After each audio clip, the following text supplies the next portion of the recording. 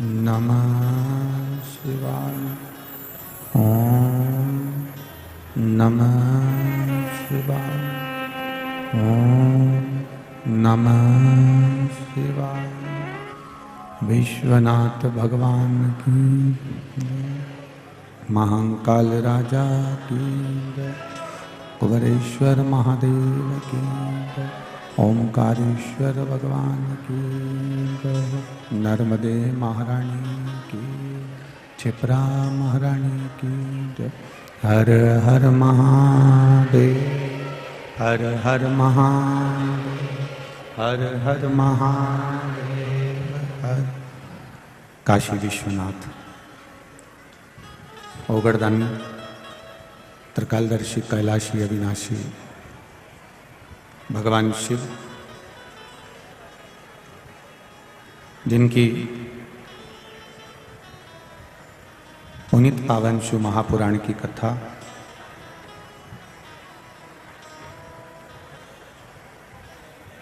संपूर्ण विश्व के कल्याण हेतु बाबा देवादिदेव महादेव की कृपा से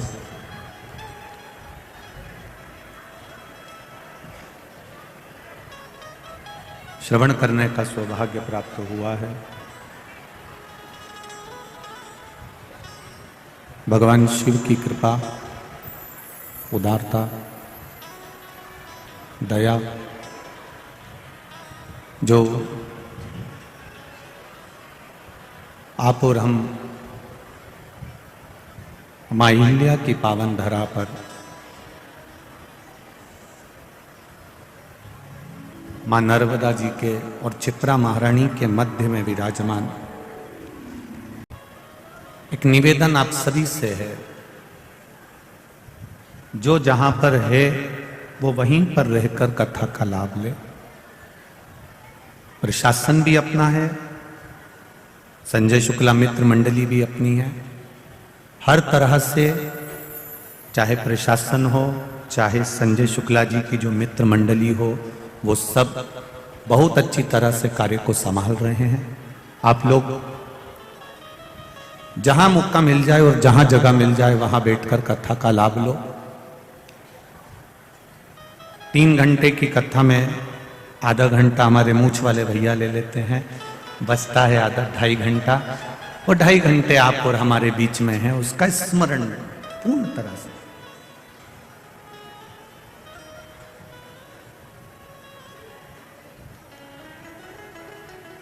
भक्ति और मुक्ति,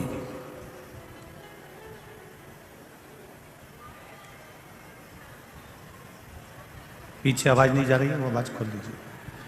भक्ति और मुक्ति ये दोनों मेरे शिव जी के पास में है। शिव महापुराण की कथा कहती है, जहां पर विश्वास होता है वहां पर भक्ति का निवास होता है, ये निश्चित है। और रामचरितमानस में तुलसीदास जी ने, मेरे तुलसी बाबा ने, गोस्वामी जी ने संकर विश्वास रूपिणो ये शब्द लिखा कि शिवजी विश्वास का प्रतीक है।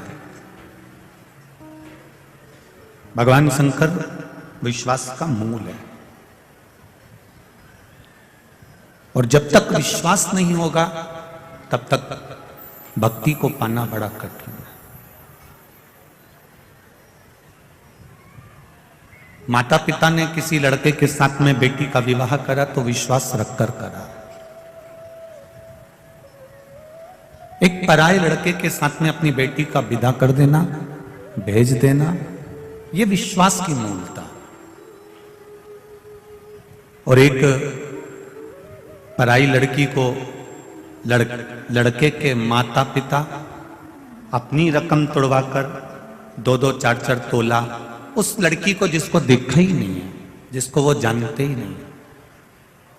लड़के के माता पिता कभी एक अंगूठी किसी को नहीं दे भूल से भी, और जिस लड़की को वो जानते नहीं, पहचानते नहीं, विश्वास रखा कि मैंने ये संबंध पक्का करा है, तो मेरे लड़के के लिए ये लड़की देखी है और विवाह पक्का करा, तो उसने तुरंत एक अंगूठी भी दे दी, ने पायल भी दे दी, ने सामान भी दे दिया, ने कपड़े भी दे दिए। जरा विचार करो कि विश्वास कितना पक्का हो।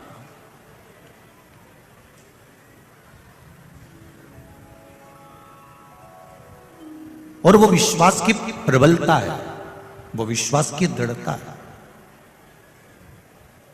आपका जब विश्वास दृढ़ होता है, आपका जब विश्वास प्रबल होता है, तभी तो परमात्मा आपके भीतर भक्ति का संचार करता है।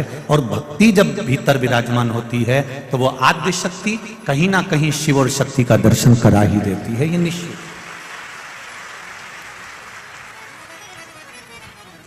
महाराज, हम अगर सूरज ढलता है ना, जब 7 साढ़े 7 बजती है, अंधेरा होने लगता है, सूरज ढलने लगता है,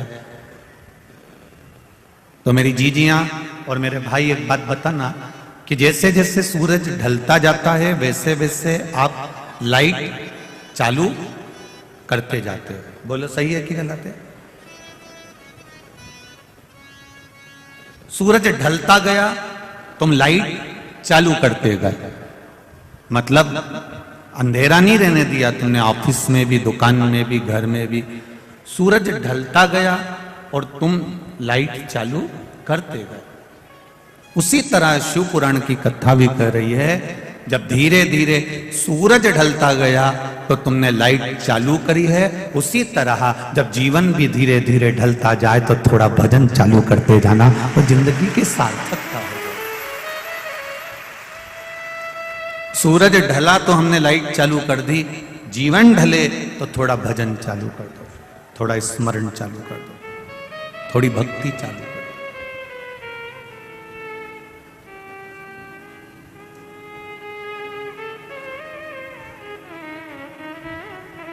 और जब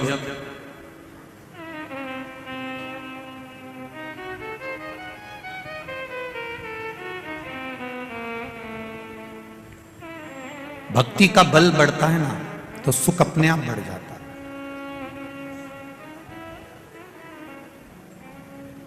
कल किसी ने एक प्रश्न किया था रात्रि को, जहां हम वर्मा जी के यहाँ ठहरे हुए हैं वहां पर, कि गुरुजी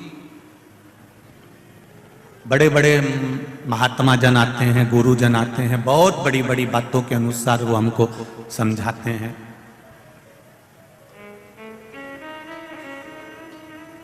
बहुत ऊंची ऊंची बातों से वो समझाते हैं, बहुत बड़ी बड़ी बातों से समझाते हैं, बहुत बड़ा बड़ा ज्ञान भी वो प्रदान करते हैं।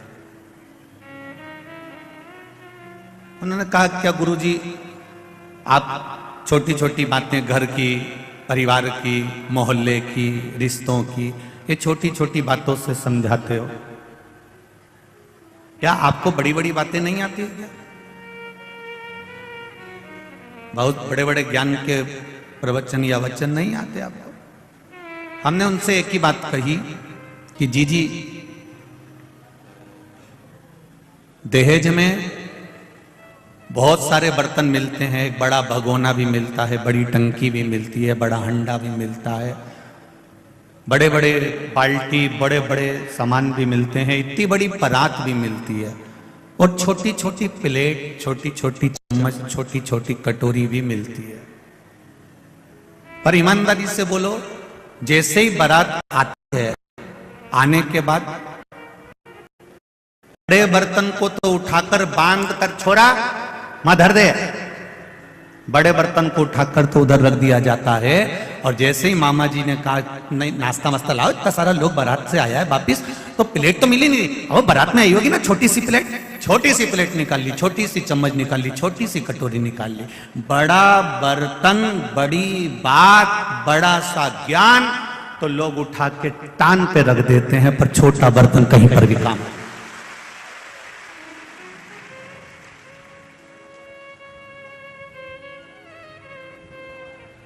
बोलो तो सही है कि गलत है? छोटा बर्तन कभी भी काम आ जाएगा, पर बड़ा बर्तन हर कभी काम आएगा क्या? बड़ा बर्तन तो तुमने आया दहेज में से उठा के रख दिया। पर छोटा बर्तन, छोटी कटोरी, प्लेट, चम्मच तो कभी भी काम आ जाए, और तुमने कह दिया छोटा बर्तन निकाल लो। उसी तरह शिव महापुराण में ये छोटी छोटी जो बातें आती हैं, ये छोटे बर्तन की तरह होती है। जब तकलीफ आती है, छोटा बर्तन सामने आकर खड़ा हो जाए। जब तुम्हें लगा कि ये छोटा बर्तन की जरूरत है, अब मुझे ये चीज की जरूरत है, तब वो सामने आकर खड़ा हो जाता है। लोग कहते होंगे, लोगों के मन में भाव आता होगा, गुरुजी तो टोटका बताते रहते हैं, उपाय बताते रहते हैं, ये बताते रहते हैं। मेरा निवेदन है, पूरे चारों तरफ इस ग्राउंड के आसपास में कहीं ना कहीं गीता प्रेस गोरखपुर की शिव महापुराण की किताब मिल रही होगी, पोथी मिल रही होगी। उसको एक बार अपने घर में रखकर दिल से धीरे धीरे आराम से पढ़ना। उसमें आपको बेलपत्री कैसे चढ़ाना है, दुर्वा कैसे चढ़ाना है, काली मिर्च कैसे चढ़ाना है, काली तिल कैसे चढ़ाना है, भस्म कैसे लगाना है, त्रिपुंड कैसे लगाना है, एक एक चीज का वर्णन किया गया।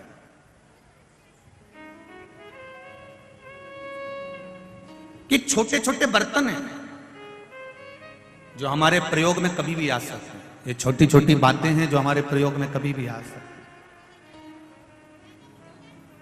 आप उसका भजन, आप उसका गुणगान, आप उसका स्मरण करिए।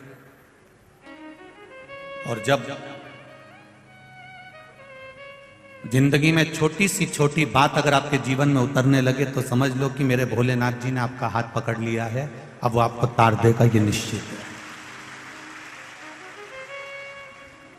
हम ये कभी नहीं कहते कि शिव पुराण सुनोगे तो लक्ष्मी आएगी, शिव पुराण सुनोगे तो ये आएगा, शिव पुराण सुनोगे तो वैभव आएगा या धन आएगा। हम इतना जरूर कहते हैं कि शिव पुराण का अगर एक शब्द भी आपकी जिंदगी में उतर गया और आप अपने कर्म में लग गए, अपनी मेहनत में लग गए और अपने कर्म के अनुसार आगे बढ़ने लगे, छोटे से छोटे काम को भी बड़ा मानकर करने लगे, छोटे से छोटी परेशानी को भी, छोटी सी परेशानी को भी इग्नोर करते हुए, एक साइड छोड़ते हुए, बड़ी परेशानी आई उसको छोटा मानते हुए भी जब हम बढ़ते चले गए, तो ये निश्चित है कि शिव तत्व हमको प्राप्त हो जाएगा। अपना कर्म करना पड़ेगा।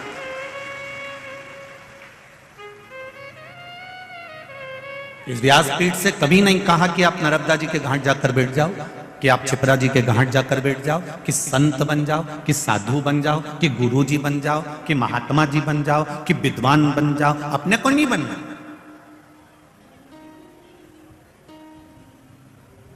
ना अपने को संत बनना है, ना साधु बनना है, ना गुरु जी बनना है, ना महात्मा बनना, ना साधु बनना, ना सन्यासी, ना तपस्वी, न किसी तीर्थ में जाकर जिंदगी भर के लिए बैठना। अपने को नहीं बैठना, अपना अपना घर में बैठो, जितना मन लगे अपने घर में लगाओ। क्योंकि वेद व्यास जी महाराज ने शिव महापुराण की कथा में लिखा है, सबसे बड़ा आश्रम होता है गृहस्थ आश्रम। शंकर भगवान अपने पुत्र गणेश जी के साथ रहते हैं, कार्तिकेय जी के साथ रहते हैं, धर्म पत्नी के साथ में रहते हैं, अपने पोता पोती नाती पंती के साथ में रहते हैं।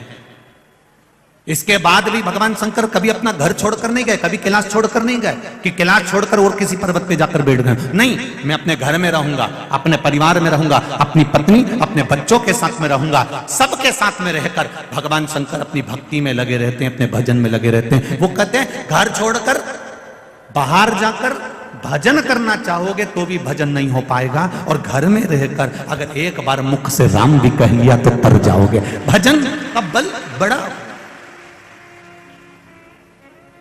कि शिव भक्ति किसको कहते हैं कि रोड पर कोई बिछात नहीं है तो भी भक्त चारों तरफ बैठे।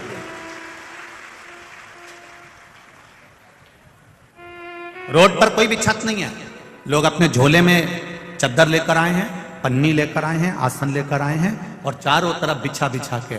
और कितनी समझदार मेरी बहनें होंगी और कितने समझदार मेरे भाई होंगे, चार चार डंडे भी लेकर आए, उसमें चद्दर को बांधकर चार कोने से पकड़कर उसके अंदर बच्चों को बिठाकर शिव महापुराण की कथा सुन रहा है। ये धन और दौलत से एकत्रित करी हुई भीड़ नहीं है, ये संपदा से एकत्रित करी गई भीड़ नहीं है। ये मेरे शंकर के ओघड़ी भक्त हैं। अड़भंगा है मेरा शिव और उसके भक्त भी अड़भंगे हैं। वो अपनी मस्ती में रहकर शिव कथा का रस तत्व ग्रहण करते और चले। मैं धन्यवाद दूंगा पुलिस प्रशासन को, जिन्होंने बाहर भी बहुत अच्छी तरह से धीरे धीरे संभालते संभालते बहुत अच्छे तरह से संभाल रहे। समिति तो लगी है, संजय शुक्ला मित्र मंडल तो लगी है, और साथ में प्रशासन भी अपने रूप से संभाल रहा है। उसकी एक श्रेष्ठता है, उसकी एक आनंदता है। और जितनी मित्र मंडली संभाल रही है संजय शुक्ला जी की, मित्र मंडली से भी ज्यादा मैं धन्यवाद दूंगा एक नंबर के रहने वाले इन सभी भक्तों को जिन्होंने अपनी रूप से इसको संभाल रखा। इनको ये कथा संजय शुक्ला मित्र मंडली की नहीं लग रही है, इनको ये कथा लग रही है कि हमारा संजय भैया करा रहा है तो अपने को अपना नगर का, अपना गांव का, अपने क्षेत्र का, अपने वार्ड का, अपने एरिया का कार्य है उसको संभालना। ये सुख है, ये आनंद, और इसी को प्रेम कहते हैं, इसी को वात्सल्यता कहते हैं, इसी को करुणता कहते हैं।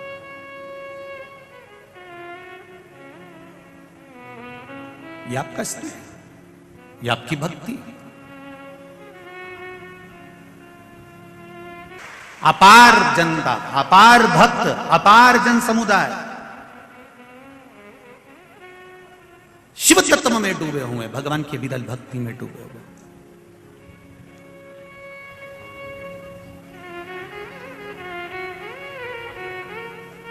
और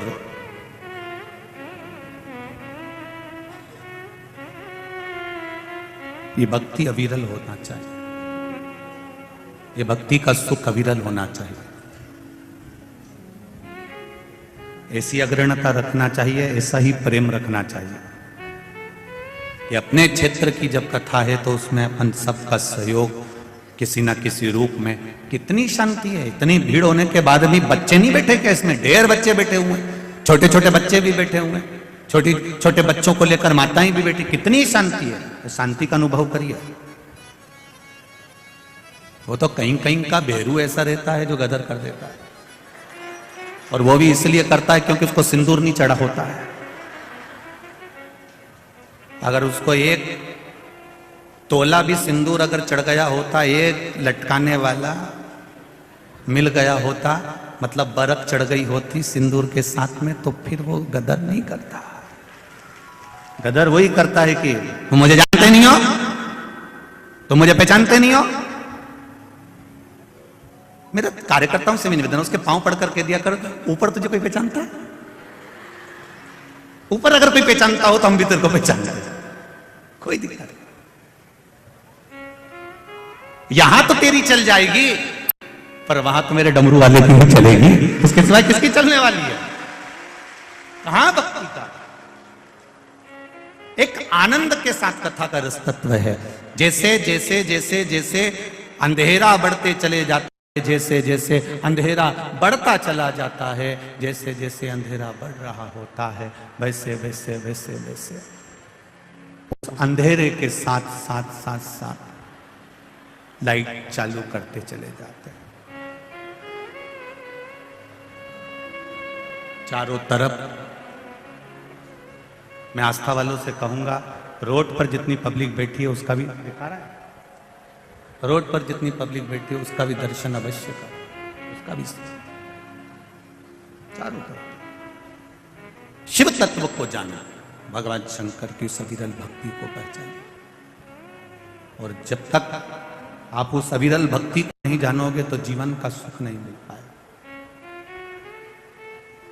अंधेरा होते चले गया, तुम लाइट चालू करते चले गए, धीरे धीरे जैसे जैसे अंधेरा बढ़ता गया वैसे वैसे लाइट चालू करते चले गए। उसी तरह एक स्मरण आपको रहे, एक स्मरण आपकी जिंदगी की अवस्था ढलती चली जाती है, और अवस्था जैसे जैसे ढलती चली जाए वैसे वैसे भगवान की भक्ति को बढ़ाते चले जाओ, भजन करते चले जाओ, भगवान की भक्ति को बढ़ाते चले जाओ। और जैसे जैसे आप भजन को बढ़ाओगे अपने आप भीतर का प्रकाश होता चले जाएगा। सारी समस्या का हल भगवान शिव की अविरल भक्ति का एक फल, ज्यादा कुछ नहीं है। भगवान की अविरल भक्ति के लिए आपको बहुत ज्ञानी बनने की जरूरत नहीं है, बहुत सन्यासी बनने की जरूरत नहीं है, बहुत तपस्वी बनने की जरूरत नहीं है, बहुत संत बनने की जरूरत नहीं है। शिव पुराण कहती है आप बनो तो शिव भक्त बनो, भगवान शंकर के भक्त बनो।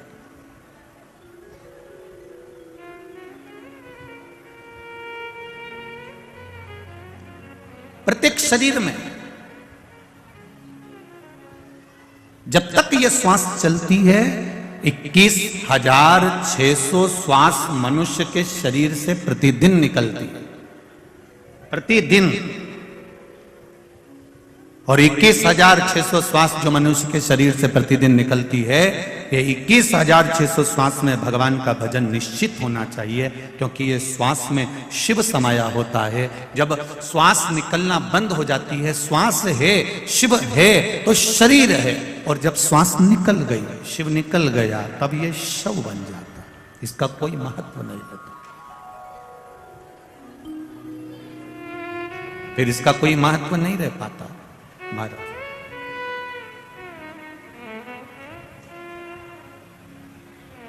तेरी कृपा बिना न हिले एक भी अणु, लेते हैं श्वास तेरी कृपा से करूं करूं। बखान क्या करूं मैं, चपटी भभूत में खजाना हे गंगा ओमकार तू बोले, ओमकार तू आयो शरण तिहारी शंभु तार तार। भगवान शिव की कथा कहती है, परिवार में जब समस्या आती है, प्रॉपर्टी की समस्या आती है, जमीन जायदाद की समस्या आती है, मकान की, घर की, कुटुंब की, परिवार में कोई भी समस्या खड़ी होती है, तो हम तहसील में जाते हैं, कलेक्ट्रेट में जाते हैं और जाकर पुराना रिकॉर्ड खुलवाते हैं।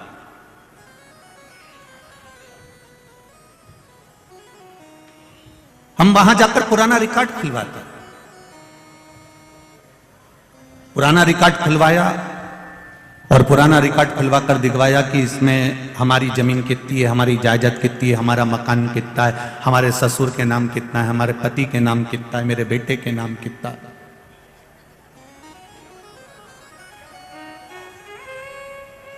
हम दिखवाते हैं। परिवार में अगर समस्या आई तो कलेक्ट्रेट में जाकर, तहसील में जाकर, पंचायत में जाकर हमारा पुराना रिकॉर्ड हम खुलवाते हैं और उस रिकॉर्ड में हम देख लेते हैं कि ये हमारा है और बाकी का ये दूसरे का है। उसी तरह परिवार में समस्या आती है तो कलेक्ट्रेट जाकर, तहसील जाकर पुराना रिकॉर्ड खुलवाया जाता है, और जब मन में समस्या आती है तो कथा में जाकर पुराण खुलवाई जाती है। वो घर की समस्या को मिटा सकता है पुराना रिकॉर्ड, परिवार की समस्या को मिटा सकता है पुराना रिकॉर्ड, पर यह पुराण, चाहे वो श्रीमद् भागवत पुराण हो, चाहे वो विष्णु पुराण हो, चाहे नर्मदा पुराण हो, चाहे कुंभ पुराण हो, चाहे नारद पुराण हो, चाहे ब्रह्मवेत्ता पुराण हो, चाहे अग्नि पुराण हो, चाहे ताप्ती पुराण हो, जितनी भी पुराण आप पढ़ेंगे, उन सारी पुराणों क्यों खोली जाती है? हमारा देखने के लिए कि हमारा पूर्व का जीवन क्या था और उस जीवन में हम कैसे जीते आए।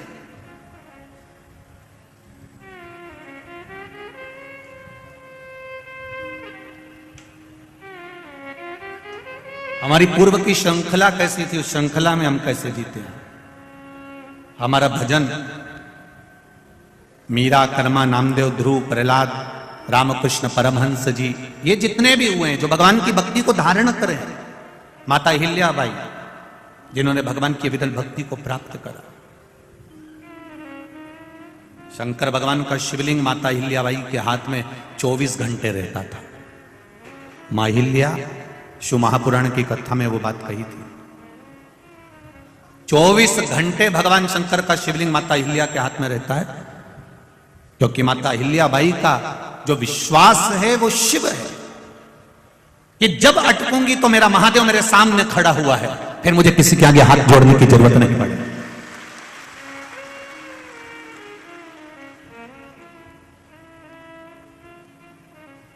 बाकी के जितनों की भी आप मूर्ति देख लो, पूरे संसार में जितनी भी मूर्तियां आपको जहां लगी मिले, उन मूर्तियों का दर्शन करना। सारी मूर्तियां कोई हाथ जोड़ती नजर आएगी, कोई आशीर्वाद देती नजर आएगी, कोई इशारा करते हुए नजर आएगा, कोई बाय करते हुए नजर आएगा, कोई टाटा करते हुए नजर आएगा। केवल भारत की भूमि पर एक मूर्ति ऐसी है माता अहिल्याबाई की, जिस मूर्ति में अहिल्याबाई जब भी नजर आएगी तो उसके हाथ में भगवान शंकर का शिवलिंग नजर आएगा। केवल पूरे विश्व में एक ही मूर्ति है ऐसी, माता अहिल्याबाई। और वो मूर्ति हमको प्रेरणा देती है माता अहिल्याबाई की। वो मूर्ति हमको बताती है कि मैंने शंकर भगवान को अपने हाथ में लिया है, तुम भले हाथ में लेकर मत चलना, पर भगवान शंकर को अपने दिल में लेकर जरूर चलना, तो कहीं अटकोगे नहीं। अहिल्याबाई कह रही है, माता अहिल्याबाई का यह भाव वर्णित कर रहा है। शिव को साथ लेकर चलो, शंकर भगवान को साथ लेकर चलो।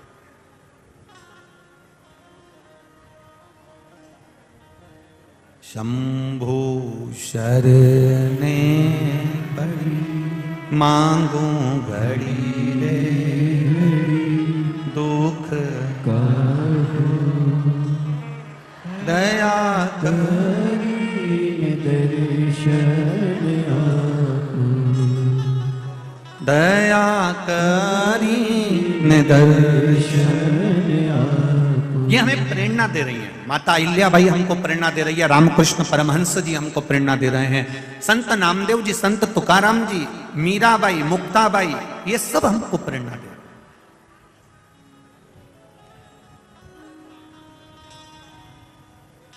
कोई जरूरी नहीं है कि प्रत्येक घर में संत पैदा हो जाएगा।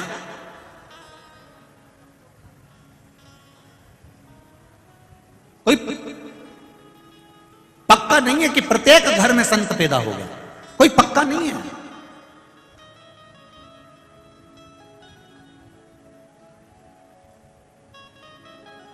खूब सारा मक्का लगाई, खूब सारा भुट्टा लगाया, मक्का लगाई, एक जैसा बीज, एक जैसा पानी, एक जैसी फसल, पर कहीं कहीं का भुट्टा मक्का ऐसी रे एकदम मीठी, और बाकी का कहीं कहीं का देख लो तो ऐसा निकले, कहीं में तो दाना ही नहीं निकले, नहीं छीलो तो कहीं दो चार इधर चिपका, नहीं दो चार इधर चिपका, नजर ही नहीं,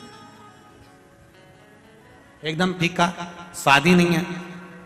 और किसी किसी में इतना स्वाद, तो जरूरी थोड़ी ना कि सभी के घर में संत हो जाएंगे, सभी के घर में भगवंत हो जाएंगे। कोई जरूरी थोड़ी ना कि सबके घर में आम का पेड़ है और सबके घर में आम लग जाएंगे। फिर भी सबके घर में आम का पेड़ नहीं है, पर जितने भी यहां बैठे हैं और जितने टीवी के सामने बैठे हैं और मोबाइल पर सुन रहे हो, ईमानदारी से बोलना, तुम्हारे घर में भले आम का पेड़ नहीं होगा, तुम्हारे यहां भले आम नहीं लगेगा, पर क्या तुम आम नहीं खाते हो? खाते हो। कहां से लाते हो? बाजार से। सब्जी वाले के यहाँ जाओगे, मार्केट वाले के यहाँ जाओगे, फल वाले के यहाँ जाओगे और वहां से आम लेकर आओगे। आम सभी को खाना, आम सबको अच्छा लगता है, पर आम का पेड़ तुम्हारे घर में नहीं है, तुम्हारे खेत में नहीं है, तुम्हारे यहाँ इतना आम लगता भी नहीं है कि तुम सब आम खा जाओ। महाराज, आम भले तुम्हारे यहाँ नहीं लगे, आम भले तुम्हारे यहाँ पैदा नहीं हो, आम भले तुम्हारे यहाँ नहीं मिले, तो तुम बाजार से लाती हो और बाजार से लाकर उस आम को खाकर अपने उदर को तृप्त करती हो। उसी तरह हमारे घर में भले संत पैदा नहीं हो, पर हम किसी कथा में से जाकर थोड़ी सी ज्ञान की बात लाकर इस आत्मा को तो तृप्त कर सकते हैं। कथा में से हम थोड़ा सा तो ला सकते हैं ना। ठेले वाले से भी तो आम खरीदते हैं, फल वाले के पास में जाकर हम सब्जी भाजी तो खरीदते हैं। तो ये वो फल है जिसको हमने शिव महापुराण के भीतर बैठकर, भगवान शंकर की कथा में बैठकर, भगवान शंकर की अविरल भक्ति में बैठकर हमने कुछ प्राप्त करा। और संपूर्ण विश्व वालों ने, केवल देश में नहीं विदेश में भी लोग भगवान शंकर को जल चढ़ा रहे हैं। ये वो फल, भले उन्होंने, उनके घर में आम नहीं लगा, भले उनके घर में कोई संत पैदा नहीं हुआ, पर उन्होंने वो आम खरीद कर लेकर गए, अर्थात उसका स्वाद उनको लग गया। उसी तरह आपको जो शिव पुराण का स्वाद लगा है, वो स्वाद कोई साधारण नहीं है। एक लोटे जल से क्या फल मिल सकता है, वो स्वाद जिंदगी में लगा, वो स्वाद मिल गया। एक बेलपत्री, एक बेलपत्र और उसका महत्व। एक बेलपत्री के मध्य डंडी का महत्व, एक बेलपत्री की पीछे की डंडी का महत्व, एक बेलपत्री में डूंठ जो लगा रहता है उसका महत्व, एक बेलपत्री के मध्य पत्ती का महत्व, एक बेलपत्री का राइट और लेफ्ट का महत्व, ये सब हम नहीं जानते थे। पर धीरे धीरे शिव महापुराण की कथा जब सुनना प्रारंभ करी तो हमको बेलपत्री का महत्व मालूम पड़ा कि बेलपत्री में है क्या जिससे शिव प्रसन्न हो जाते हैं।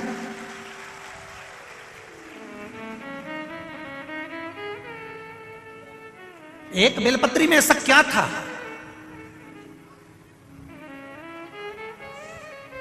कि माता पार्वती जी ने अपनी पुत्री अशोक सुंदरी से कहा, ए अशोक सुंदरी जाओ, आज शिवरात्रि का दिन है, मुझे शंकर भगवान की आराधना करना है, जाओ जरा बेलपत्री लेकर आओ। अशोक सुंदरी संपूर्ण जगह पर भ्रमण कर कर आ गई, संपूर्ण जगह बेलपत्री नहीं मिली।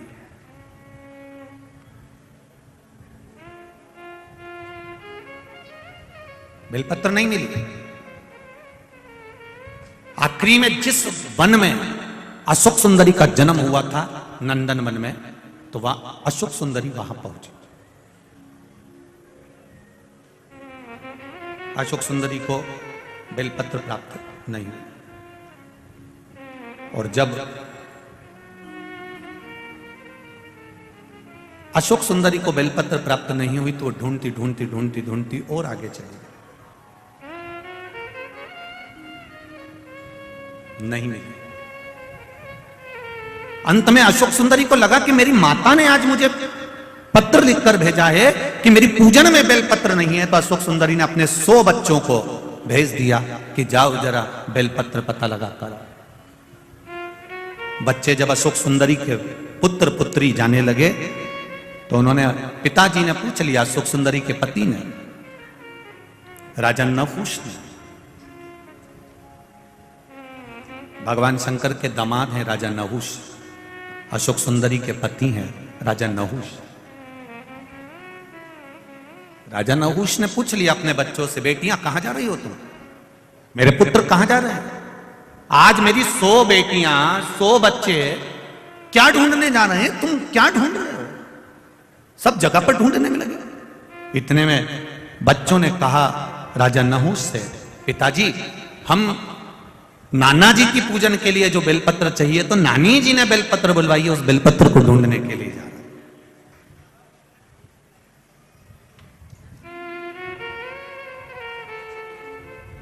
बेलपत्र ढूंढने जा रहे हो? हाँ ठीक है जाइए। अशोक सुंदरी माता के बच्चे जब बेलपत्र ढूंढने के लिए गए तो उनको बेलपत्र, ये तो पार्वती जी का कोई एक अपने बच्चों को ज्ञान होगा, अपने बच्चों को प्रेरणा हो, और पार्वती जी की वो प्रेरणा हमको लेना है। कुर्म पुराण की ये संवाद, कुर्म पुराण का ये संवाद हमारे जीवन में हमको उतारना। इस संवाद को हम अपने जीवन में उतारें।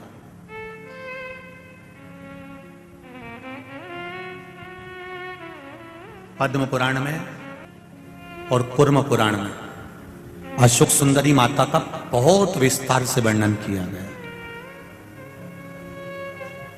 कभी मौका लगे तो पद्म पुराण में अशोक सुंदरी का संवाद पूरा पढ़िएगा और कुर्म पुराण को निकालिएगा तो उसमें भी इसको पढ़िएगा।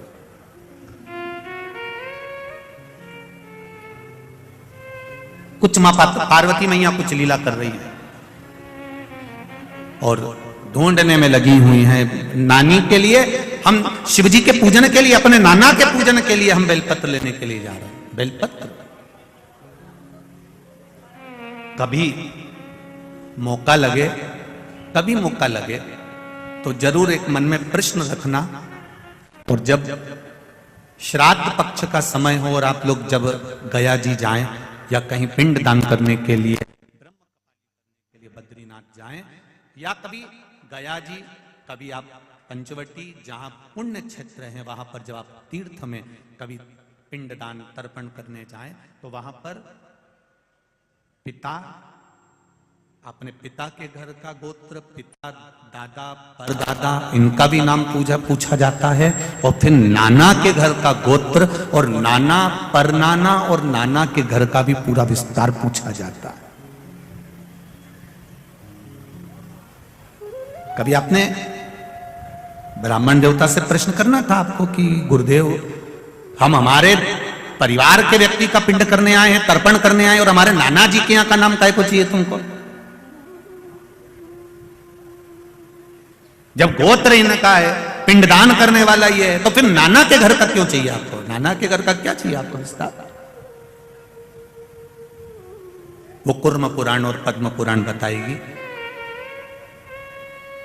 कि अशोक सुंदरी के बच्चे जब बेलपत्र ढूंढने के लिए जाते हैं, वो संवाद से इसको जोड़ा गया।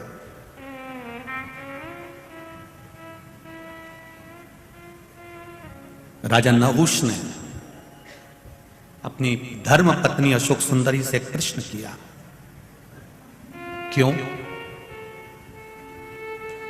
गणेश जी के पुत्र शुभ लाभ, लाभक्षेम जो भी, और उनके पुत्र अमोद प्रमोद, फिर उनके पुत्र, जब कार्तिकेय जी की 2 धर्म पत्नियां, फिर उनके वंशावली, जब इतना सब कुछ वहां पर है, तो फिर माता पार्वती जी ने अपने बच्चों को या अशोक सुंदरी तुझको क्यों भेजा है कि ये बेलपत्री लेकर आना है, ये बेलपत्री ढूंढ कर लाना है, तो तुझे क्यों बोला?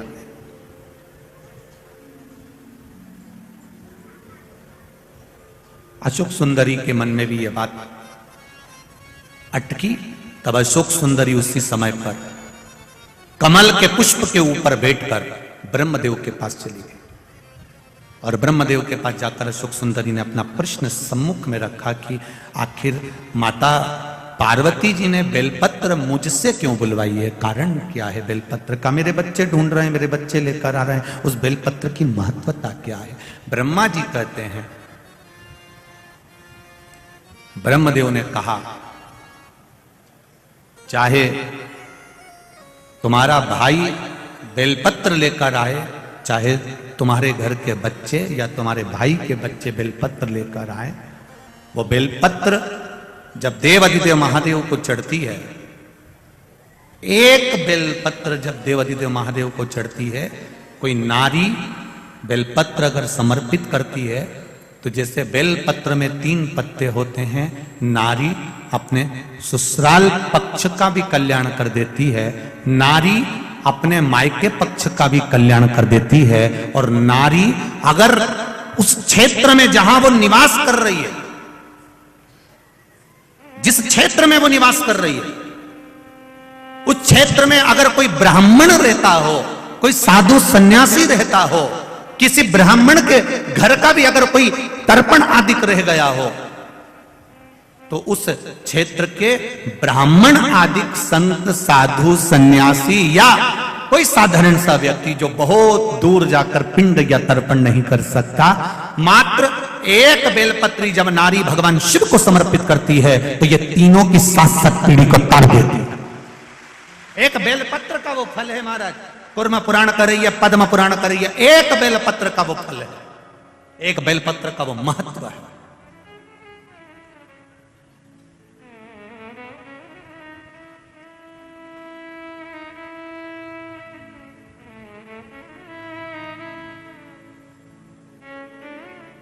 उस बेलपत्र की महत्वता को समझो, इसको व्यर्थ मत जाने दो। आप शिव मंदिर में जाते हो, शंकर जी के मंदिर में रोड पर आप, कई माताएं यहां पर भी आती हैं, बेलपत्री मांगती हैं, कोई बेलपत्री आपके पांव के सामने पड़ी होती है, पर आपको झुककर उठाने में शर्म आ जाती है। किसी ने गिरा दी होगी, हम काय को उठाएं? तुम्हें शर्म आ जाती है एक बेलपत्री, मंदिर में घूम रहे हो, मंदिर में दर्शन कर रहे हो और बेलपत्री सामने पड़ी और तुम्हें उठाने में शर्म आ रही है।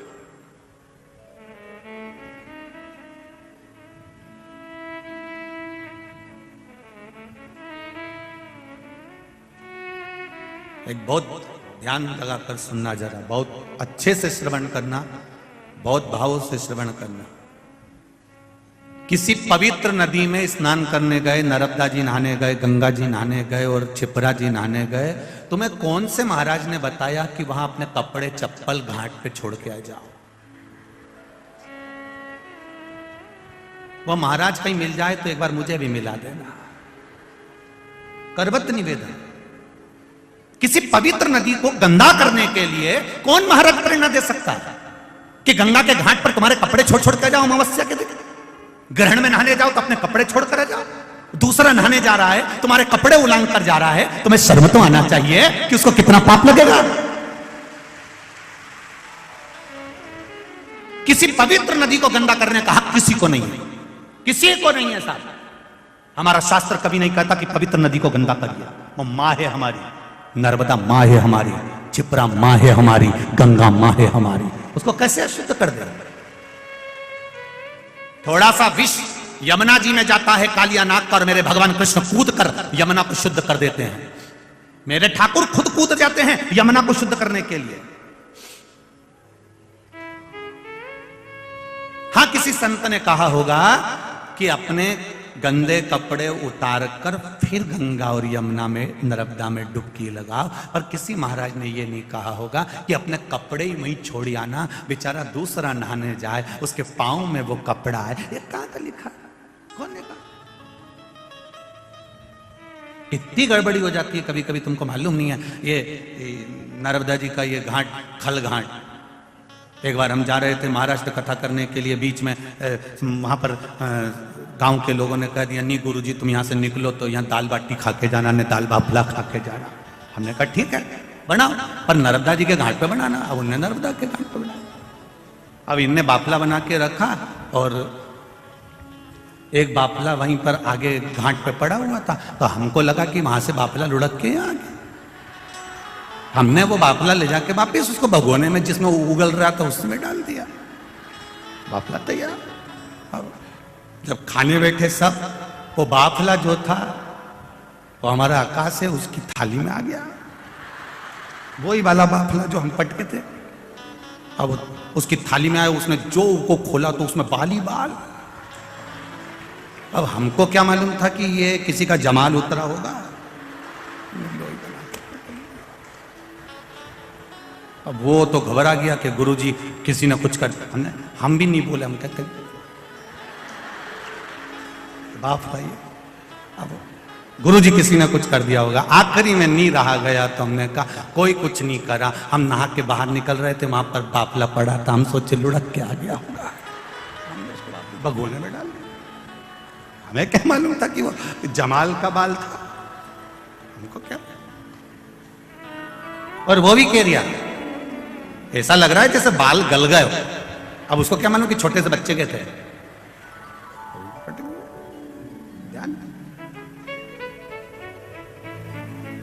भ्रमता ना रखे, अपनी पवित्र नदियों को शुद्ध रखिए।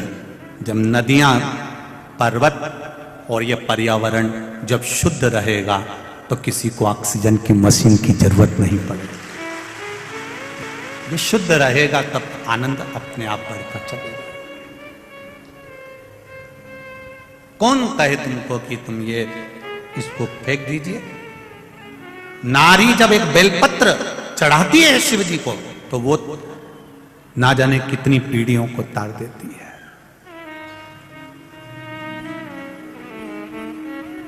हम तो केवल 7 पीढ़ी या 3 पीढ़ी की बात कर रहे हैं।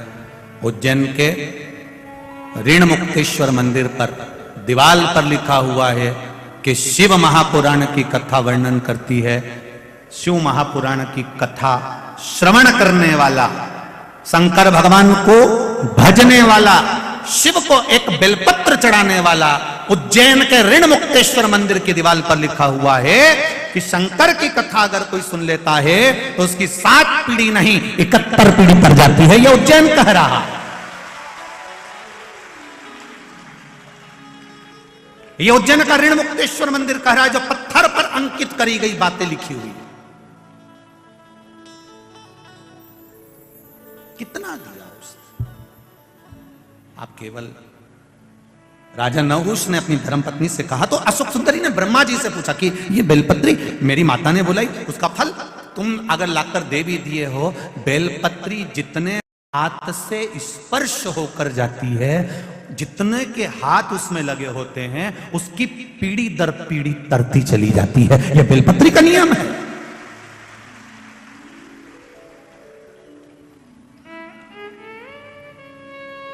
कोरोना बीमारी, अब कोरोना बीमारी को समझ लो जरा। कितना किया प्रशासन ने, हाथ धो, बोला था कि नहीं बोला था? अरे बोलो तो। उन्होंने हाथ धोने का बोला था, तुम जरा से हाथ के चक्कर में छोरा छोरी को धो देती थी। बार बार कहा उन्होंने, हाथ धो हाथ धो हाथ धो। क्यों? क्योंकि ये वायरस है, एक से दूसरे को पहुंचेगा, दूसरे का तीसरे को पहुंचेगा, तीसरे से चौथे को पहुंचेगा। बोलो पहुंचा कि नहीं पहुंचा? और ऐसा पूछता पूछता पूछता पूछता सबको बीमार कर दिया। जब एक वायरस छोटा सा टच करने से लोगों को बीमार कर सकता है, तो एक बेलपत्री टच करने से लोगों का उद्धार भी तो कर सकता है। एक वायरस थोड़ा सा टच करा, एक से दूसरे को, दूसरे को तीसरे से चौथे को पहुंच गया। तो एक बेलपत्री भी तो स्पर्श, मात्र स्पर्श से, मात्र स्पर्श।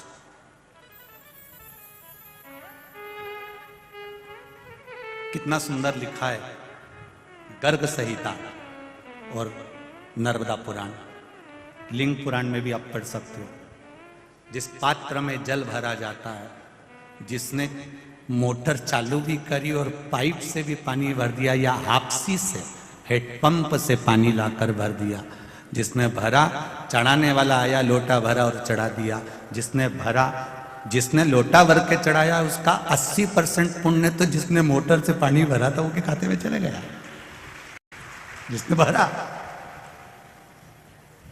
वो तो कहीं कहीं की बहू इतनी समझदार होती है, सास चाय बना के रखी मेहमान के लिए, जेठानी ने चाय बनाई या देवरानी ने चाय बनाई, और किसी किसी में इतनी चतुरता होती है ना, तुरंत उतर के आई, सिर पे पल्लू मल्लू लेके, मौसी जी आई, मौसी जी आई, हमारी मासी आई, और मासी मासी करके अंदर गई रसोई घर में, और उन्हें चाय छान छुना के ट्रे में लेके आई गई। इतने मासी जी के बहू कितनी समझदार, 2 मिनट में चाय ले आई। अब मासी जी के कौन बताए, ये भेरू की लुगाई कोई साधारण है? मासी जी के कौन समझा? कोई साधारण है? बनाई बेचारी देवरानी ने, बनाई बेचारी जेठानी ने, बनाई बेचारी सास ने, ये तो केवल लगा के लिए आई। ऐसे कहीं कहीं के रहते हैं, बहुत समझदार।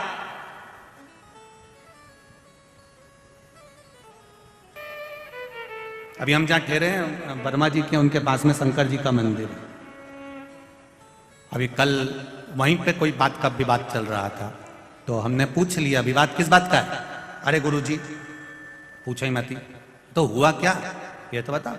वो एक माता ने अपना आसन लगाया था पूजन करने के लिए, वो बेचारी उधर पार्वती जी के पास तक गई, इतनी देर में उस आसन पे दूसरी आके बैठ गई, और उससे कहा कि तू उठ जा, के नहीं उठ जा, क्योंकि मैंने बिछाया।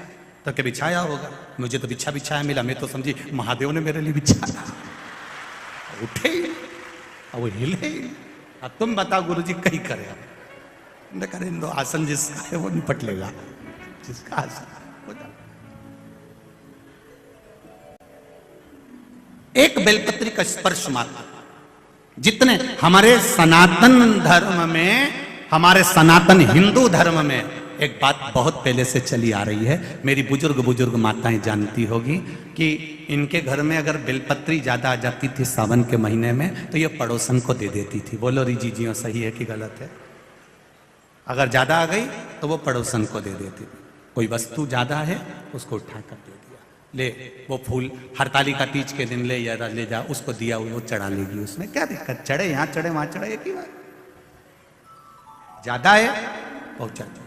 अब जो पड़ोसन ने बेलपत्री भेजी, दूसरे के हाथ भेजी, तीसरे के हाथ पहुंची, तीसरे ने चौथे के हाथ पहुंची, चौथे ने पांचवे के हाथ पहुंची, जितना स्पर्श होते चली गई उतना अपना कल्याण करती चली गई। जिसने दी थी वहां से लेकर जहां पहुंची वहां तक उद्धार कर।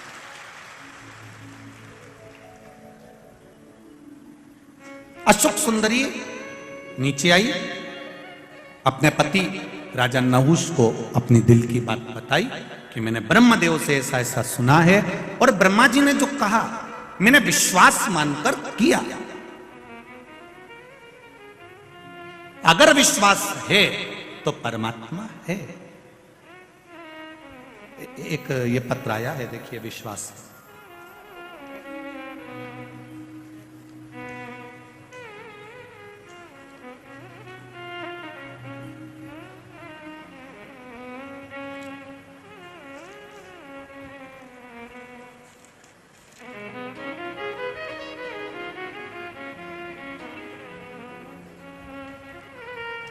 विशाल बराके गुजरात सूरत से आए हैं कथा सुनने के लिए।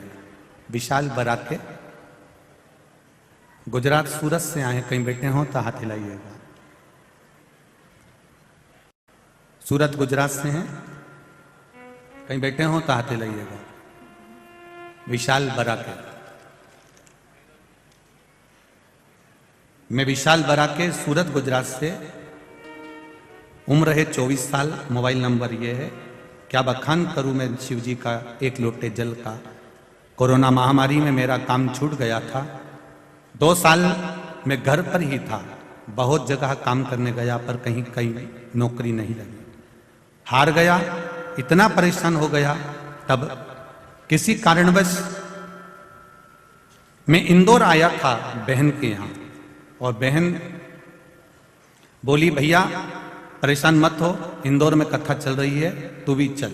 गुरुजी, मैंने 28 जुलाई 2022 की जो कथा थी, मैंने पहली बार कथा पंडाल में बैठकर सुनी।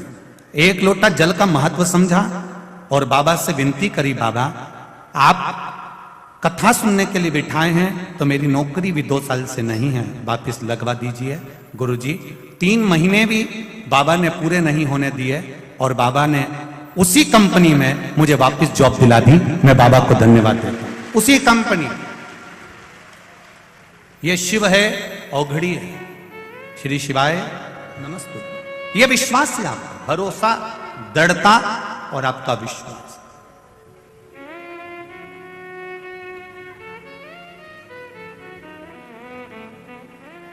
तेरी कृपा बिना ना हिले एक भी अणु, लेते हैं श्वास तेरी कृपा से तनु तनु।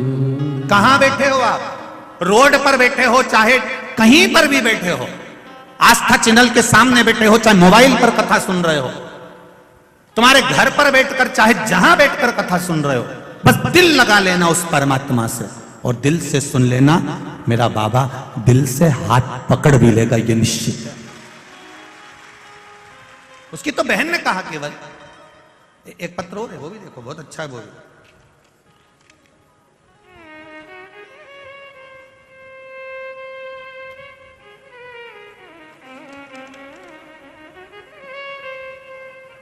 मेरा नाम सरला नामदेव है, मेरी बहू का नाम वर्षा है। मैं अशोक नगर इंदौर में रहती हूँ। कहीं बैठी हूँ तो हाथ हिलाइए। आप ही हैं? दोनों हाथ हिला दो एक बार। श्री शिवाय नमस्तुभ्यम। दोनों हाथ ऐसे हिला दीजिए। श्री शिवाय नमस्तुभ्यम। इंदौर में रहती हूँ।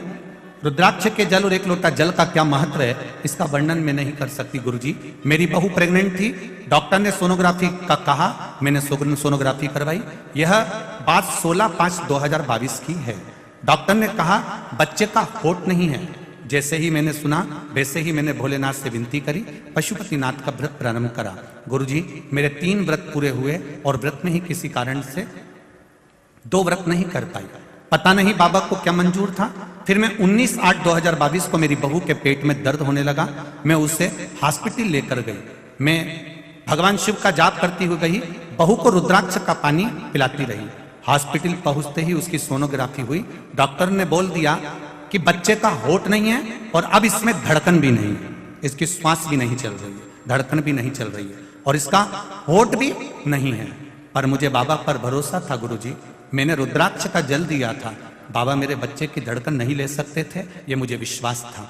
मैंने बाबा से कहा बाबा मेरी लाज जरूर रखना। आपके भरोसे पर, शिव महापुराण के भरोसे पर मैंने शंकर जी को जल चढ़ाकर पिलाया है। डॉक्टर मेरी बहू को ऑपरेशन का बोलकर थिएटर में ले गए।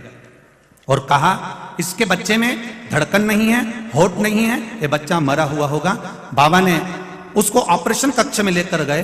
9:15 रात को मेरी यहां पर बहू को बेटा हुआ और बाबा की कृपा से उसकी धड़कन भी थी और होठ भी थी।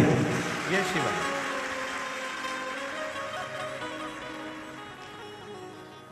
डॉक्टर ने कहा कि आश्चर्य की बात है, ऐसा केस हमने जिंदगी में पहली बार देखा है। डॉक्टर भी आश्चर्य में पड़ गए, ये केस हमने जीवन में पहली बार देखा है। सोनोग्राफी गलत नहीं कर सकती, सोनोग्राफी में तो सब सही आया होगा, ये पलट हुआ कैसे है? तब मेरे मुख से निकल गया, ये सब मेरे भोले बाबा डमरू वाले का कमाल, ये शिव है। ओ घड़ी बैठिए बहन, श्री शिवाय नमस्ते बहन, बैठिए। उसकी कृपा बिना कुछ नहीं हो सकता। इसका विश्वास पक्का था, भरोसा दृढ़ था, विश्वास दृढ़ था। भरोसा यदि पक्का है तो माता सावित्री भी सत्यवान को यम से छुड़ा ला सकती है। आपका विश्वास पक्का है तो मेरा महादेव आपके साथ है, हर पल हर घड़ी है, हर क्षण है।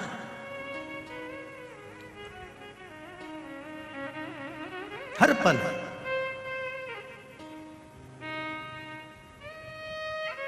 और ये हमारा विश्वास कहता है। इतने पत्र आपके आते हैं, सब पत्र यहीं रहते हैं। खैर अभी इंदौर में तो अब कथा लगभग साल 2 साल 4 साल अभी नहीं है, क्योंकि कथाओं की तारीख लगभग बहुत बुक हैं, तो कहीं कथा मिलना बड़ा मुश्किल है। पर जब भी कथा रहेगी आगामी, मेरा विश्वास कहता है कि आपका भी एक पत्र इस जगह पर रखा हुआ मिलेगा, ये निश्चित।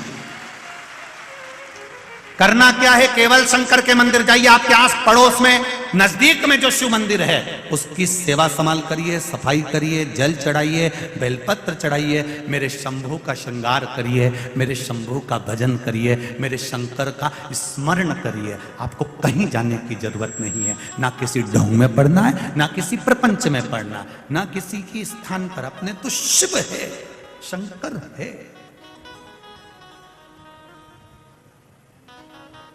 मैंने तेरे ही भरोसे, ओ बाबा तेरे ही भरोसे, हवा बिच उड़ती जावांगी, बाबा डोर हत्तो छड़ी ना मैं कटी जावांगी, भोले मैं तेरी पतंग, शंभो मैं तेरी पतंग, हवा बिच उड़ती जावांगी, बाबा डोर हत्तो छड़ी ना मैं कटी जावांगी। आप लगो भगवान के भजन।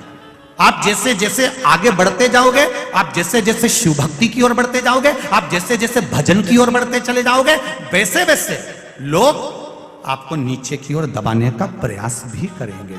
क्यों मंदिर जाती है? किसने कहा तुझे मंदिर जाने के लिए? लोग ठिठोली करेंगे, लोग हंसेंगे, लोग ताना मारेंगे, लोग अपशब्द कहेंगे, पर सब कुछ सुनती हुई जो शिव मंदिर तक चली जाएगी तो समझ लेना कि सब बारे में।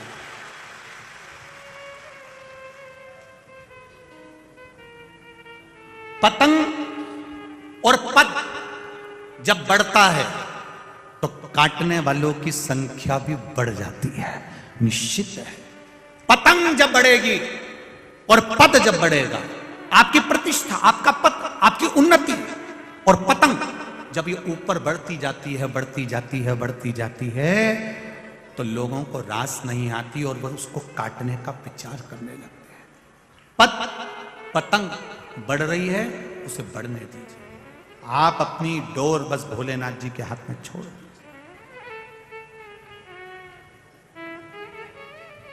बाबा के हाथ में छोड़।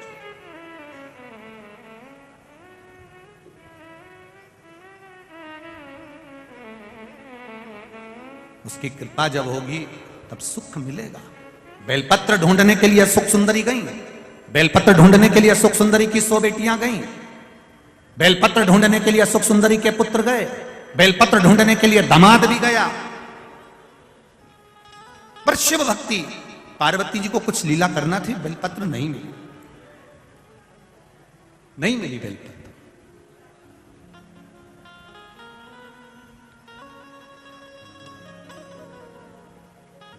वापिस आ गए। पार्वती जी ने पूछा शिवरात्रि है, तुम्हें बेलपत्र नहीं मिली कहीं? नहीं, बेलपत्र नहीं। तब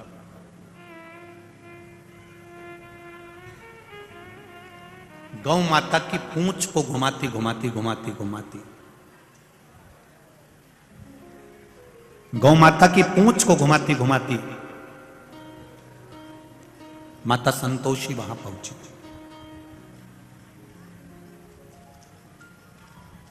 जब गौ माता की पूंछ घुमाती घुमाती माता संतोषी वहां पहुंचती है, संतोषी ने देखा दादा दादी कह रहे हैं,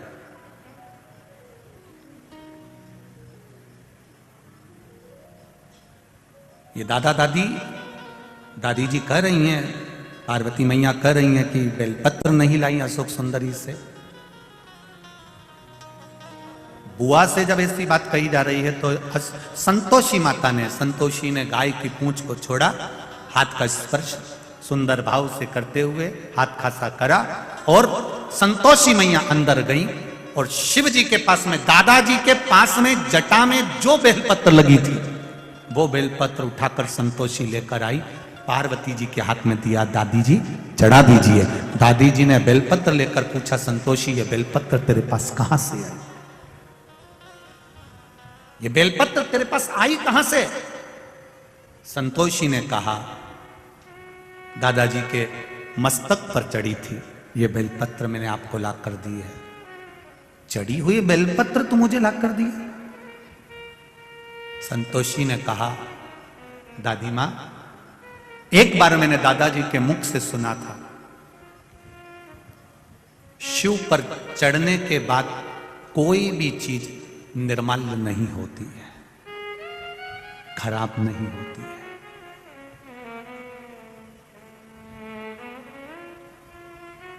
भगवान नारायण भगवान के चरण से निकली है गंगा, विष्णु पदी कहलाई है।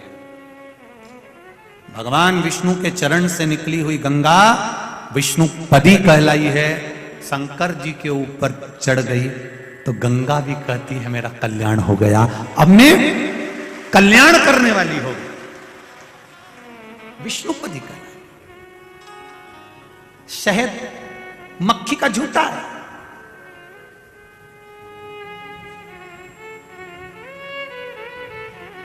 वो भी भगवान पर चढ़कर औषधि बन जाता है।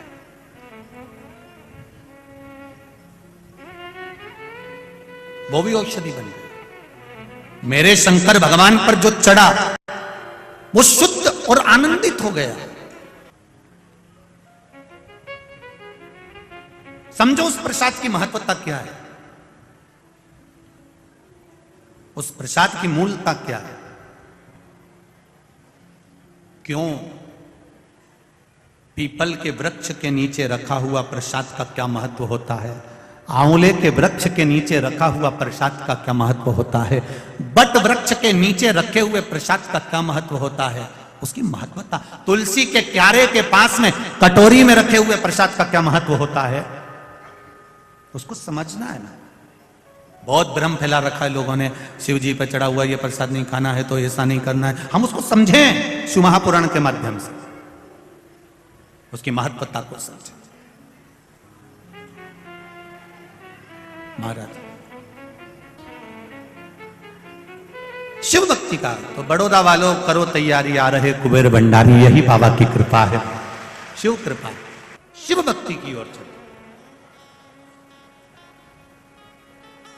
भगवान शिव की कथा कर रही है, भगवान शंकर का संवाद। माता संतोषी ने एक बेलपत्र शिव जी पे से उठाकर अपनी दादी जी को दे दी है। दादी जी के हाथ में बेलपत्र आई, वो बेलपत्र शंकर भगवान के शिवलिंग को चढ़ाई गई तो शंकर भगवान के नेत्र खुल गए। इतने समय से नेत्र बंद थे, इतने समय से बंद थे।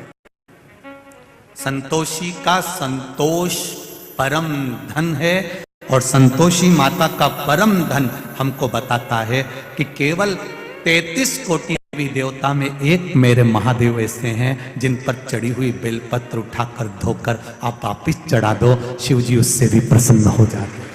ये संतोष परम धन, ये संतोष परम प्रिय धन।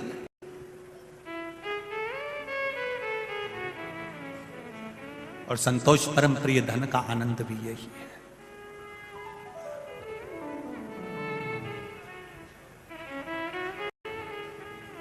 ये सुख वही, ये आनंद।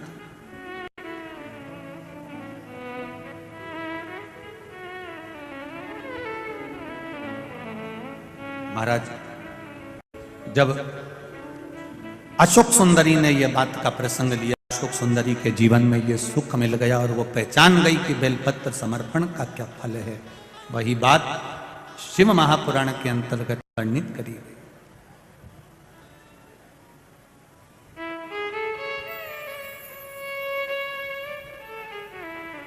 तेरे डमरू की धुन सुन के मैं काशी नगरी आई हूँ। तेरे डमरू की धुन सुन के मैं काशी नगरी आई हूँ। तेरे डमरू की धुन सुन के मैं काशी नगरी आई हूँ। तेरे डमरू की धुन सुन के मैं काशी नगरी आई हूँ। मैं काशी नगरी आई हूँ। मैं काशी नगरी आई हूँ। मैं काशी नगरी आई हूँ। मैं काशी नगरी आई हूँ। मैं काशी नगरी आई हूँ। मैं काशी नगरी आई हूँ। मैं काशी नगरी आई हूँ। मैं काशी नगरी आई हूँ। मेरे बोले ओ बम बोले मैं काशी नगरी आई हूँ। मेरे बोले ओ बम बोले मैं काशी नगरी आई हूँ। जितना पंडाल में है, जितने पंडाल के बाहर है, दोनों हाथों से आनंद के साथ, भाव के साथ आग लगे बस्ती में अपन रहो।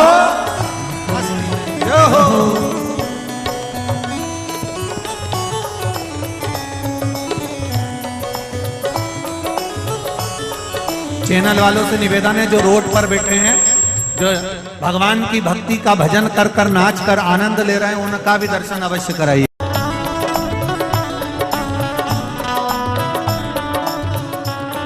सुना है हमने ओ भोले तेरी काशी में गंगा है। सुना है हमने ओ भोले तेरी काशी में गंगा है। सुना है हमने ओ भोले तेरी काशी में गंगा है।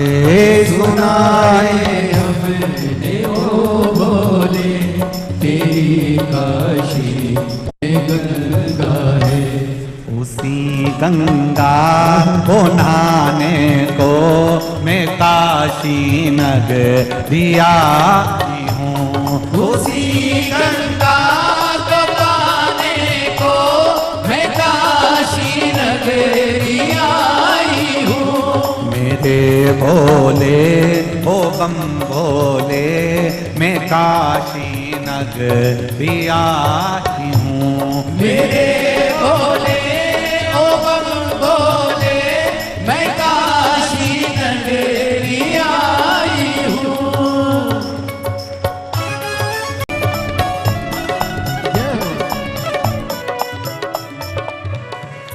सुना है हमने ओ भोले तेरी काशी में मुक्ति है। सुना है हमने ओ भोले तेरी काशी में मुक्ति है। सुना है हमने ओ भोले तेरी काशी में मुक्ति है। सुना है हमने ओ भोले तेरी काशी में मुक्ति है। उसी मुक्ति को पाने को मैं काशी नगरी आई हूँ। उसी मुक्ति को पाने को मैं काशी नगरी आई हूँ। मेरे भोले ओ बम बोले मैं काशी नगरी आई हूँ। मेरे भोले ओ बम बोले मैं काशी नगरी आई हूँ।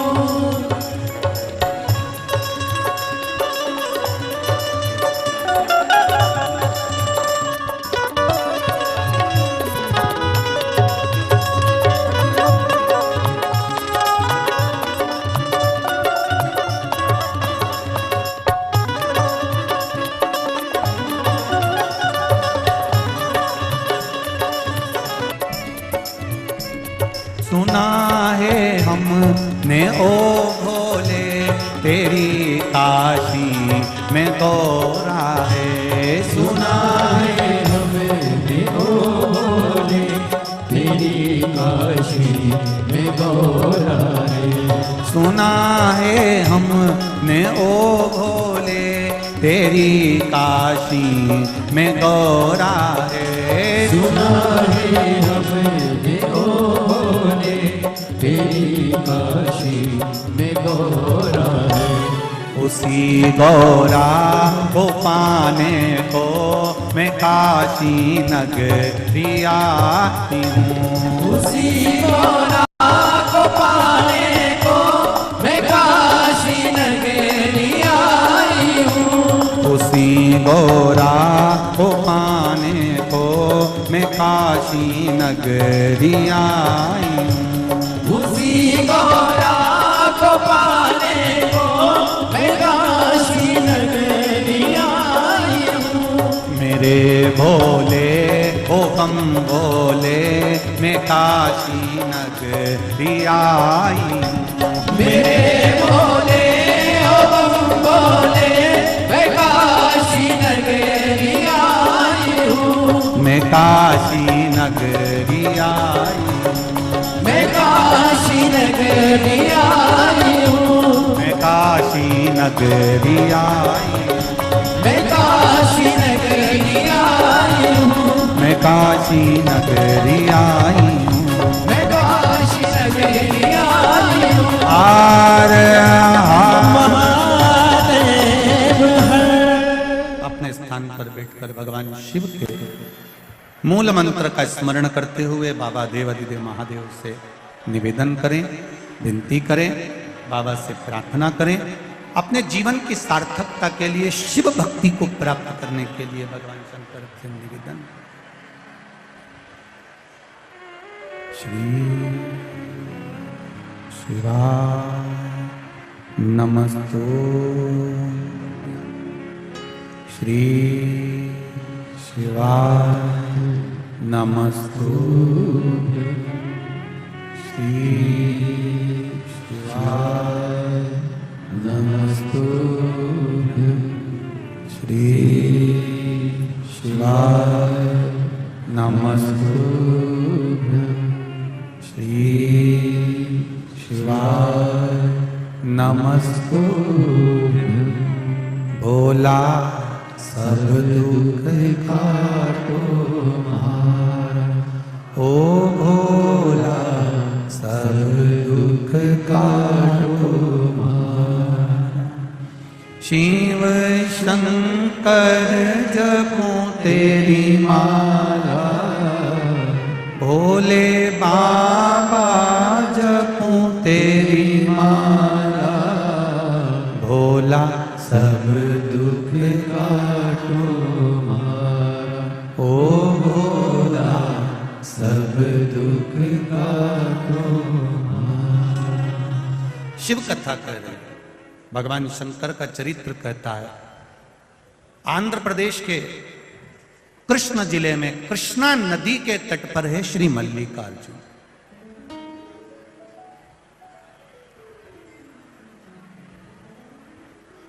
मल्लिकार्जुन, मल्लिका का भाव जो कहा गया है वो माता पार्वती हैं, और अर्जुन का जो भाव कहा गया है वो मेरे देव अधिदेव महादेव। अब एक बात बड़े ध्यान से सुनिएगा जरा मल्लिकार्जुन की। मल्लिका, जैसे कल आपको कथा में कहा था कि जब भी सोमनाथ जाएं तो चंद्र कुंड का दर्शन अवश्य कर करें। 12 ज्योतिर्लिंग में एक एक चीज ऐसी है जिसको हमें छोड़ना नहीं, कभी भी जाए।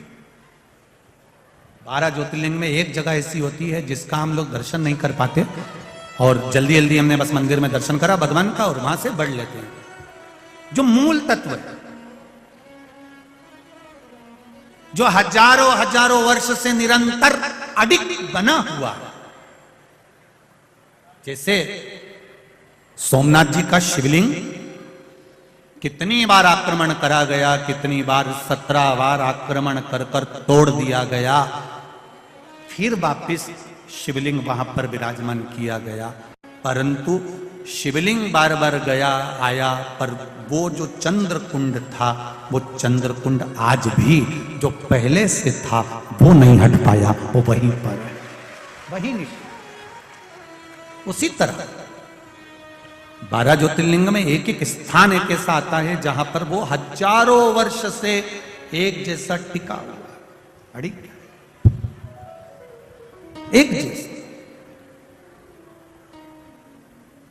एक बार भगवान शिव जी से माता पार्वती जी ने गणेश और कार्तिकेय का संवाद सुन लिया। कार्तिकेय और गणेश जी दोनों बैठे हुए थे। जया, विषहरा, श्यामली बारी, दौतली और देव, शिव जी की ये 5 बेटी। एक बार सब लोग उनका नाम लेंगे। जया, विषहरा, श्यामली बारी, दौतली और देव, ये शिव जी की 5 बेटी हैं। ये गंगा के जल से प्रकट हुई हैं और अशोक सुंदरी नंदनवन काशी में प्रकट हुई। दोनों के इनके प्रागट्य की जगह जगह अलग है, स्थान अलग है। जैसे अशोक सुंदरी का स्थान जहां से पानी निकलता है, बीच में जो मोटी लाइन होती है, वो अशोक सुंदरी का स्थान होता है। उसी तरह ऊपर से जो जल जलाधारी में से बूंद बूंद नीचे गिरता है, वो जलाधारी का महत्व है। जया, विषहरा, श्यामली बारी, दौतली और देव, ये शिव जी की 5 बेटियां जैसे शंकर भगवान के साथ गंगा जी के जल में खेलियां कर रही थी, उनके भाव से ये जल शिव जी को समर्पित होता। ये 5 बेटियां शिव जी की कोई साधारण नहीं है। जब कभी कोई प्रशासनिक बात सामने आती है कि साहब बहू ने अदालत में केस लगा दिया, या उसने केस लगा दिया, या उसने कुछ कह दिया, उस जगह पर इन 5 बेटियों की जरूरत पड़ती है। क्या नाम है 5 का? पहला, दूसरी, तीसरी, चौथी, 5वीं, 2। ये 5 बेटियों की जरूरत हमें उस समय पर पड़ती है। अदालत में चल रही है कार्रवाई, पर उस समय पर हमारी ये 5 बेटियां हमारे कार्य के लिए तत्पर रहती। ये जो जलाधारी है ना शिव जी के ऊपर, ये जलाधारी का बड़ा महत्व होता है। जब ब्राह्मण अभिषेक कराते हैं, 3 पाई की चौकी रख उसके ऊपर कलश जो विराजमान करते हैं, और एक एक बूंद जो पानी उसमें से गिरता है, ये ऐसे ही नहीं रहता। श्रृंगी से अभिषेक करा रहे हैं, वो श्रृंगी का महत्व समझना चाहिए, वो जलधार का महत्व समझना चाहिए। जब हमें जिंदगी के एक एक पूजन का नियम, एक एक महत्व जब मालूम पड़ जाएगा ना, तो फिर हमको लगेगा कि हाँ हम सही पूजन कर रहे हैं, हमारे में ये तत्व का आनंद है। महाराज गणेश जी और कार्तिक के दोनों बैठकर बात कर रहे थे। जया, विषहरा, शामली बारी, दौतली, देव, पांचों कन्याएं वहां बैठी हुई थी। इतने में पांचों बेटियों ने आकर अपनी माता जी से, अपने पिताजी से एक बात कह दी, मां मैं आपसे कुछ कहना चाहती हूं। पार्वती जी ने पूछा क्या हुआ, क्या कहना चाहती हो, बोलो। जया ने विषहरा से कहा, विषहरा ने शामली बारी से कहा, शामली बारी ने दौतली से कहा, दौतली ने देव से कहा। देव ने फिर माता पार्वती से कहा। दोनों भैया में विवाद है कि दोनों प्रबल कौन है, विद्वान कौन है, सबसे श्रेष्ठ कौन है। कार्तिक श्रेष्ठ हैं कि गणेश जी श्रेष्ठ हैं। पार्वती जी ने कहा इतनी सी बात के पीछे लड़ रहा कि श्रेष्ठ कौन है। घर के अंदर रहें, देवरानी और जेठानी के मन में कभी यह बात सामने नहीं आना चाहिए कि जेठानी श्रेष्ठ है कि देवरानी श्रेष्ठ है। और मेरा सासुओं से हाथ जोड़ के निवेदन है, अपनी जिंदगी में तुम किसी को भी धन दे देना मना नहीं है, पर अपने मुंह से कभी मत कहना कि बड़ी अच्छी है कि छोटी अच्छी है। कभी अपने मुख से मत कहना कि मेरी बड़ी बहू बहुत बढ़िया है, छोटी में अकल नहीं है, छोटी अच्छी है, बड़ी में अकल नहीं है। यह बात कभी मत कहो। क्यों? क्योंकि गेंद कभी भी किसी भी पाले में जा सकती है, किसी भी बहू से पाला पड़ सकता है। अपने को कभी नहीं कहना कि कौन अच्छा कौन बुरा।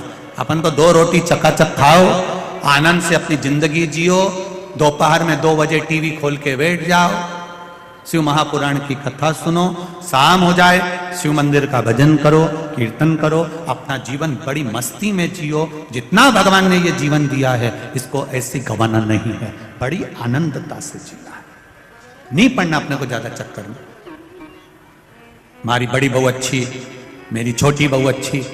ये भेद जब तुम्हारे भीतर आ जाएगा तो बहुओं के हृदय में भी ये भेद आ जाएगा, और बहुओं के भीतर अगर ये भेद आया तो जीवन नरक कर देगा। अपने को नहीं कहना, अपने को कभी बुराई नहीं करना साहब की ये बुरा है, इसने ऐसा कर दिया, उसने वैसा कर दिया, उसने ये कर दिया, उसने वो कर दिया। नहीं बोलना अपने को। बोल के क्यों अपन अपना मुख खराब करो।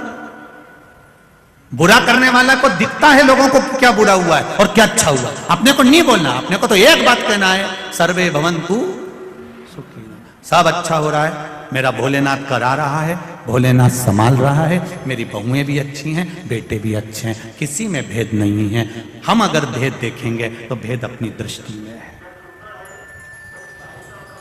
भेद अपनी दृष्टि में। अगर हम भेद देखेंगे तो भेद हमारी दृष्टि में मिलेगा, और आप उस भेद को ना देखें। महाराज शिव महापुराण की कथा कर रही है, भगवान शंकर का पावन चरित्र कर रहा है, शिव तत्व कराए। पार्वती मैया ने दोनों के पास जाकर कहा, कार्तिकेय गणेश दोनों मेरे पास में आओ। दोनों को बिठाया। क्या बात है? गणेश जी कहते हैं मैं बड़ा, कार्तिकेय कहते हैं मैं बड़ा। पार्वती जी ने शिव जी से किलवा दिया, जो पृथ्वी की पहले परिक्रमा कर कर आएगा वो प्रथम पूछा जाएगा। सदानंद कार्तिकेय मोर पर बैठकर चले गए और गणेश जी महाराज चूहे पर बैठ गए, और माता पार्वती और शंकर जी को एक जगह बिठा दिया। उनकी परिक्रमा गणेश जी महाराज ने, उन्होंने परिक्रमा कर दी। अब गणेश जी ने यह परिक्रमा कर दी और सदानंद कार्तिक के परिक्रमा करने के लिए गए। अब लोगों ने, तुम लोगों ने बहुत अच्छे से ताली भी बजा दी कि साहब गणेश जी ने माता पिता की परिक्रमा करी, और ये गणेश जी ने परिक्रमा करी तो उनके लिए तुमने ताली बजाई। बजाई ना? बोलो तो सही। हाँ ठीक है, मना नहीं है। थोड़ा माइक बंद करवा दो, थोड़ी सी देर, आधा घंटा बाद चालू करवा। अब समझना, जरा फिर समझ लीजिएगा महाराज जी। गणेश जी महाराज ने माता पिता की परिक्रमा करी, वो प्रथम गिनती में आए क्योंकि उन्हें बुद्धि का परिचय दिया। सदानंद कार्तिकेय ने अपने माता पिता का कहना माना, परिक्रमा करने चले गए। गलत किया क्या सदानंद कार्तिकेय ने? जरा जम के बोलो, नहीं। फिर वही वाली बात आ गई, एक बहू ने पूरी चाय बना के रखी है और दूसरी आई और वो ट्रे रख के चली गई और तुमने ताली बजा दी। अब देखो जरा समझ, शिव पुराण का एक एक शब्द समझ में आना चाहिए आपको जिंदगी में, तो समझो कि शिव पुराण का आनंद मिला। उन्होंने बुद्धि का परिचय दिया और उन्होंने अपने पिता के शब्द का परिचय दिया, गलत नहीं किया। शंकर भगवान खुश हो गए, प्रसन्न। उन्होंने कह दिया प्रथम गिनती में गणेश जी पूछे जाएंगे, प्रथम गिनती में गणेश जी पूछे जाएंगे। एक क्षण की देरी नहीं करी उन्होंने, उसी समय पर शंकर भगवान ने डमरू खड़काया, प्रजापति विश्वरूप जी को बुलाया, मेरे गणेश का विवाह होना चाहिए। पार्वती जी ने रोका, शिव जी थोड़ा सा रुकिए। शंकर भगवान अति उत्साह में रहे, छोटे बेटे के प्रति प्रेम अधिक रहा, उन्होंने देरी नहीं करी। मां जगत जननी की बात नहीं सुनी। प्रजापति विश्वरूप जी की कन्या को बुलाकर गणेश जी का विवाह कर दिया। विवाह हो गया। आनंद कार्तिक के पृथ्वी की परिक्रमा करने गए हुए हैं, गणेश जी का विवाह हो गया। रिद्धि बुद्धि रिद्धि सिद्धि घर में आ गई। रिद्धि सिद्धि के भी घर में एक एक बेटे ने जन्म ले लिया, शुभ लाभ पैदा हो गए, जन्म ले लिया, दादाजी बन गए। ये अति खुश हैं, पर इस खुशी में पार्वती जी को कोई खुशी नहीं है। बहुत ध्यान देना शिव महापुराण के संवाद पर।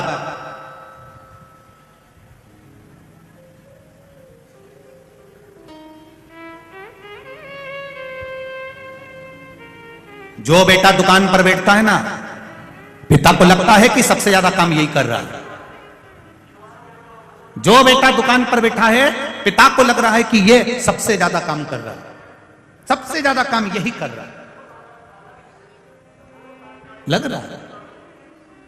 अब पर जो बेटा पूरा मार्केट घूम रहा है, फोन पे बात कर रहा है, कोई उसको डरा भी रहा है, कोई धमका भी रहा है, कोई उसके पीछे तलवार लेकर भाग रहा है, कोई उसको अपशब्द भी कह रहा है, वो अपने पिता तक बात नहीं आने दे रहा, अपने भाई पर आंच नहीं आने दे रहा, वो सब जगह से बचा रहा है, सब जगह से सपोर्ट कर रहा है।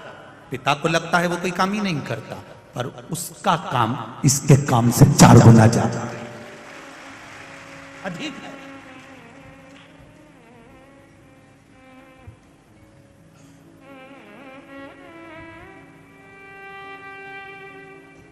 इससे अधिक है, वो अधिक है।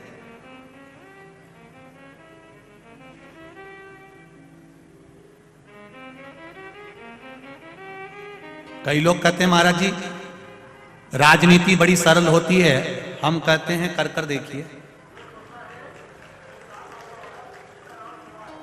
किसी के घर में और किसी के दिल में घुसने के लिए दम चाहिए।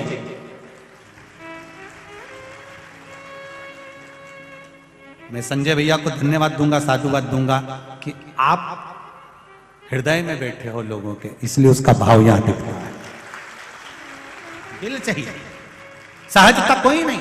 फोन पर कह दिया तो एक माता पार्वती जी ने कहा आपने कैसे निर्णय ले लिया, आपने बेटे की शादी भी करा दी, आपने सब कुछ कर दिया, आप आगे बढ़कर काम कर दिया। और आए षडानंद कार्तिकेय, उससे पहले ये सब कुछ हो चुका था। पार्वती मैया खुश नहीं थी, माता पार्वती की आंख में आंसू भरा हुआ था। केवल एक मां संसार में ऐसी होती है जो अपने बच्चों को कभी भेद रखकर दूध नहीं पिलाती है कि मैंने बड़े को ज्यादा पिलाऊंगी, छोटे को कम पिलाऊंगी। मां कभी भेद नहीं रखती कि मैं बड़े को ज्यादा दूध पिलाऊंगी, छोटे को नहीं पिलाऊंगी, छोटे को पिलाऊंगी तो बड़े को नहीं पिलाऊंगी। बराबर का एजुकेशन मां देती है, बराबर के कपड़े पहनाती है, बराबर का श्रृंगार करती है, बराबर का आनंद कराती है। और बच्चा छोटा होता है, मां उसकी आंखों में कजरा भी लगाती है और उसकी राई नोन लेकर नजर भी उतार देती है।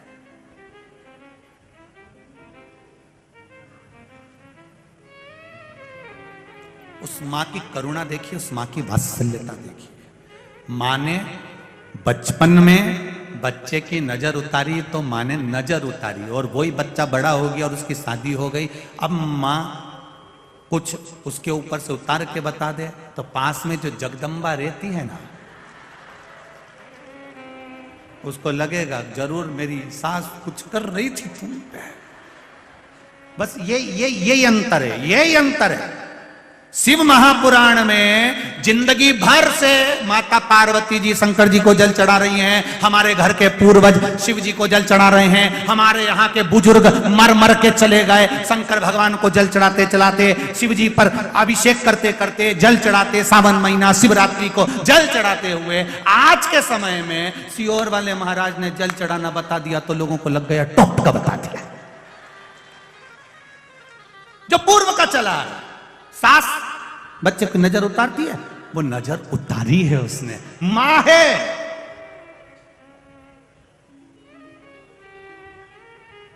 और वही नजर आज बहू आने के बाद अगर सास उतार दे तो उसकी निगाह में लग जाएगा इसने कुछ गलत करा होगा। गलत देखने वाले को गलत दिखता है। काला चश्मा लगाओगे तो कालिए ही नजर आओगे, पीला चश्मा लगाओगे तो पीले दिखोगे, नीला लगाओगे तो नीले दिखोगे। संत को संत नजर आता है, भगवंत को भगवंत नजर आता है, साधु को साधु नजर आता है, धर्मात्मा को धर्मात्मा नजर आता है, प्रपंची को प्रपंची और ढोंगी को ढोंगी नजर आता है, कामी को कामी नजर आता है, कपटी को कपटी नजर आता है। जिसका दिल जैसा होगा सामने वाला व्यक्ति वैसा नजर आएगा। आपकी दृष्टि पर असर, आप कैसे हो, आपकी सोच क्या है।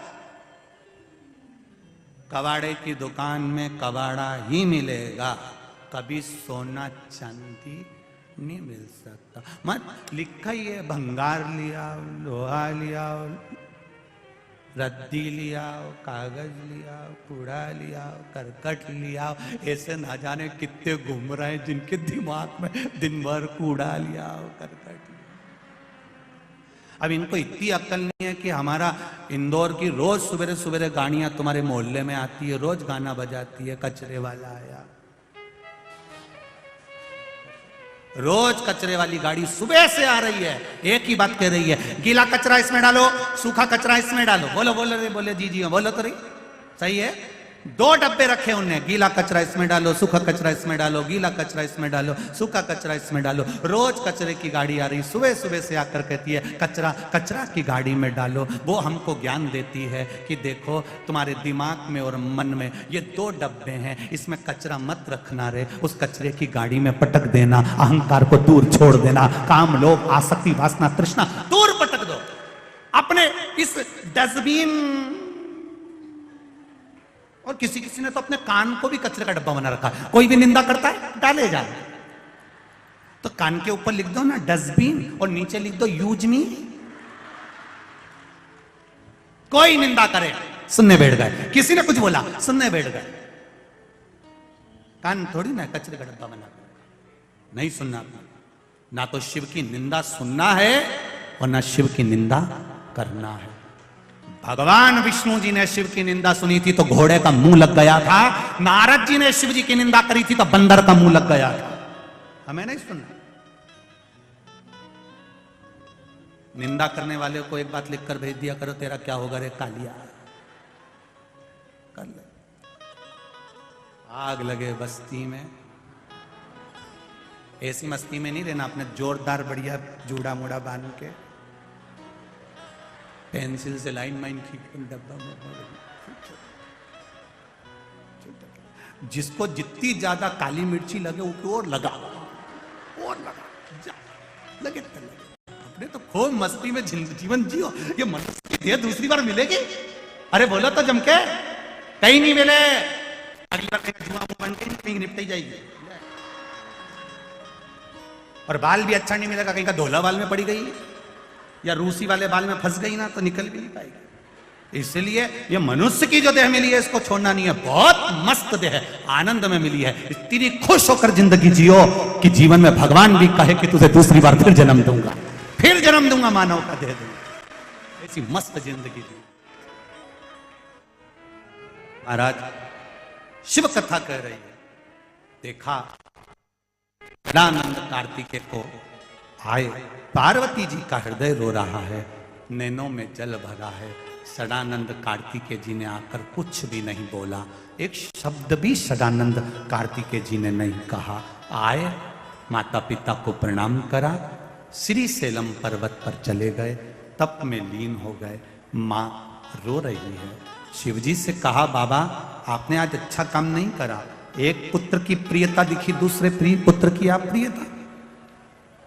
आज मैं आपसे कुछ मांगना चाहती हूं, वर देना पड़ेगा आपको, आप मुझे वर दीजिए भोलेनाथ। शिवजी ने कहा, पार्वती तुम्हें क्या वर चाहिए बताओ, क्या वर दिया जाए, बोलो पार्वती। पार्वती जी कहती है, मुझे वर दो भोलेनाथ।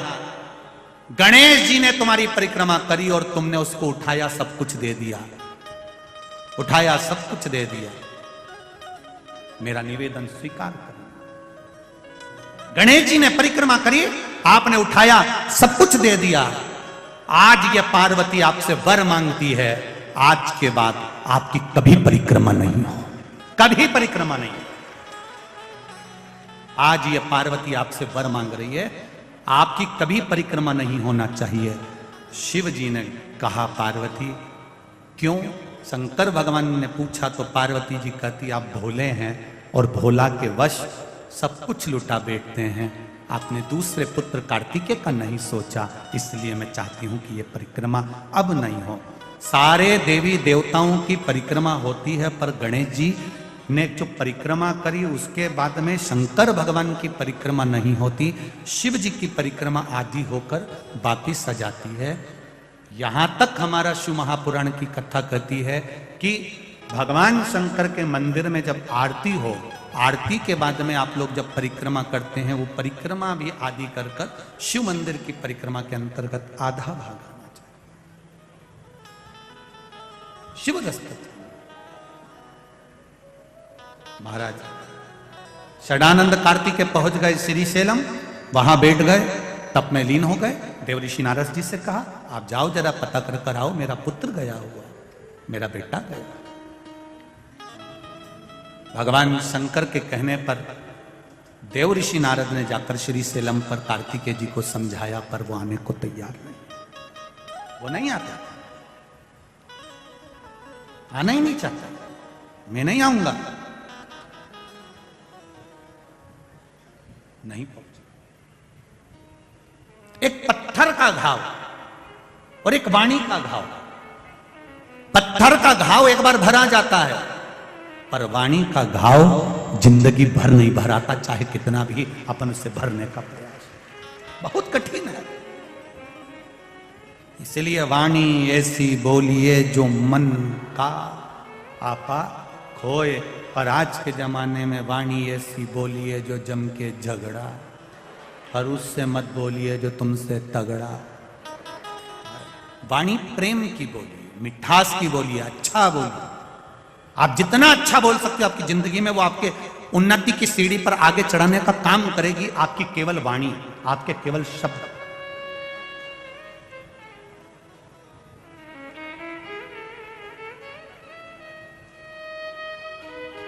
आपकी वाणी, आपके शब्द आपको उन्नति की ओर बढ़ाने का प्रयास करेंगे। महाराज देव ऋषि नारद ने समझाया, कार्तिकेय जी नहीं समझे। अंत में जब लगा कि मेरा पुत्र मानने को तैयार नहीं है, शंकर भगवान को लगा, तो उन्होंने पार्वती जी से पूछा, तुम क्या चाहती हो? पार्वती जी कहती हैं कि मेरा मन करता है कि आप मेरे साथ में चलो, आप मेरे साथ पहुंचो, अपन दोनों चलते हैं श्रीशैलम पर। श्रीशैलम पर कार्तिकेय जी के पास में जब क्रोंच पर्वत पर श्रीशैलम पर भगवान देवाधिदेव महादेव माता पार्वती जी के साथ में पहुंचते हैं, तब भगवान षडानंद कार्तिकेय वहां से एक वृक्ष के पीछे छुप जाते हैं, दिखते ही। आज भी जिस वृक्ष के पीछे षडानंद कार्तिकेय जी छुपे थे, उस समय हजारों वर्ष पहले वो वृक्ष, जैसे आपको कहा कि सोमनाथ जी में एक चंद्र कुंड है, उसी तरह मल्लिकार्जुन भगवान के मंदिर के ठीक सामने एक पीपल का वृक्ष है, उसके साथ में दो वृक्ष लगे, एक चोकर का एक पीपल का, दोनों भेले में मिले हुए, वहां ओटला बना हुआ, जिस वृक्ष के पीछे भगवान श्री कार्तिकेय जी छुपे थे। जैसे सोमनाथ जी में चंद्रकुंड की महत्वता है, उसी तरह मल्लिकार्जुन में उस वृक्ष की मूलता है जो वृक्ष हजारों वर्ष से वहां पर टिका। पाताल गंगा का दर्शन हमको केवल एक ही जगह पर होता है, आंध्र प्रदेश के मल्लिकार्जुन से 36 किलोमीटर की दूरी पर पाताल गंगा का दर्शन हो जाता है। वो भूमि जहां पर भगवान देवादिदेव महादेव ने तप किया। आगे वर्णन आया, भगवान देवादिदेव महादेव फिर शिव जी पार्वती को लेकर चारों तरफ कार्तिकेय को ढूंढने लगे। कार्तिकेय जी वहां से ओझल हो गए, दूर चले गए और दूर जाकर 36 किलोमीटर की दूरी पर जाकर कार्तिकेय जी महाराज गुफा में बैठकर 3 योजन की दूरी पर जाकर बैठ गए। वहां बैठकर उन्होंने तप साधना करी। शंकर पार्वती यहाँ पर विराजमान होते हैं, विराजित तो हो गए, पर शिव जी पार्वती के साथ में ओझल रहे। ओझल रहे कब तक? जब चंद्रगुप्त नामक किसी राजा की कन्या ने एक बार, जब उस कन्या पर कई दोष लगे, उस दोष को मिटाने के लिए वो कन्या श्रीशैलम के पहाड़ पर भ्रमण करती रही। चंद्रगुप्त राजा की वो कन्या जब श्रीशैलम पर भ्रमण करती थी, अकेली रहती, झोपड़ी बनाकर शिव अर्चना में डूबी रहती थी, भगवान की भक्ति में डूबी रहती थी। उसने एक सुंदर श्यामा गाय को पाल लिया। वो श्यामा गाय की सेवा में लग गई और श्यामा गाय की सेवा में जब वो लगी, श्यामा गाय को उसने जब पाला और उसकी सेवा में जब वो तल्लीन रही, श्यामा गाय की सेवा में जब वो लग जाती है, श्यामा गाय उस श्रीशैलम के वन में चली जाती है। और वन में गई तो आज वो कन्या चंद्रगुप्त की वो बेटी वो पीछे पीछे गई। उसने क्या देखा कि एक पुरुष गाय का दूध निकाल रहा है और एक नारी पात्र लगाकर बैठी हुई।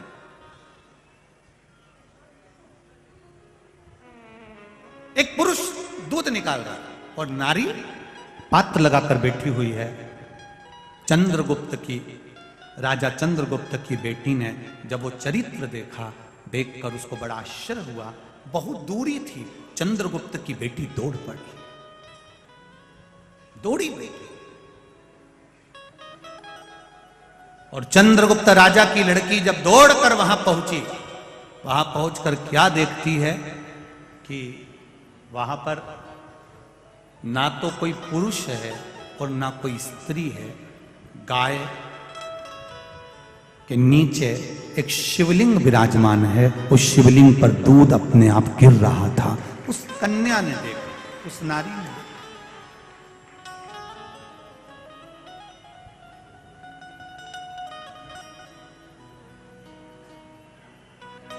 देखा, आश्चर्य हुआ। अभी तो मैंने दूर से देखा था तो एक पुरुष था, एक स्त्री थी, और पुरुष दूध निकाल रहा था और नारी पात्र लेकर बैठी हुई थी। अभी तो मैंने देखा, अब वो पुरुष और स्त्री कहां चले गए? वो पुरुष और स्त्री कहां गायब हो गए?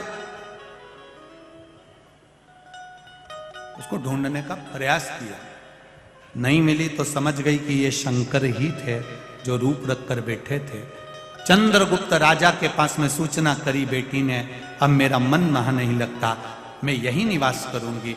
उस शिवलिंग की पूजन में वो लग गई और वहीं पर एक दिन भगवान शंकर ने पार्वती को बैठकर चंद्रगुप्त की उस बेटी के सामने दर्शन दिया और कहा, ये मेरी पार्वती मल्लिका बनकर विराजमान होगी और मैं अर्जुन बनकर बैठूंगा। इस स्थान का नाम मल्लिका अर्जुन कहलाए। ये स्थान मल्लिकार्जुन के नाम से प्रसिद्ध रहेगा और मल्लिकार्जुन के रूप में भगवान देवादिदेव महादेव यहां विराजमान रहेंगे। ये भाव प्रकट करा। मल्लिकार्जुन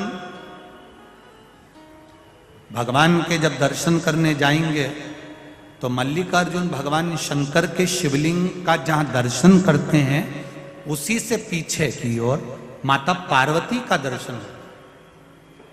मल्लिकार्जुन का दर्शन करने जाएंगे तो वहां पर भी एक कुआं बना हुआ है, कुंड, कूप। पूर्णिमा की रात्रि को अगर दर्शन करेंगे तो पूर्णिमा के चंद्रमा का दर्शन उस कूप में होता है। जब पूर्णिमा का चंद्रमा उस कूप में दर्शन देता है, उसी समय पर मंदिर के शिखर का दर्शन भी उस कूप में होता है। इन दोनों का जब दर्शन हम एक साथ करते हैं तो नेत्र का जो रोग है वो समाप्त होता है। मल्लिकार्जुन के मात्र दर्शन मात्र 12 ज्योतिर्लिंग में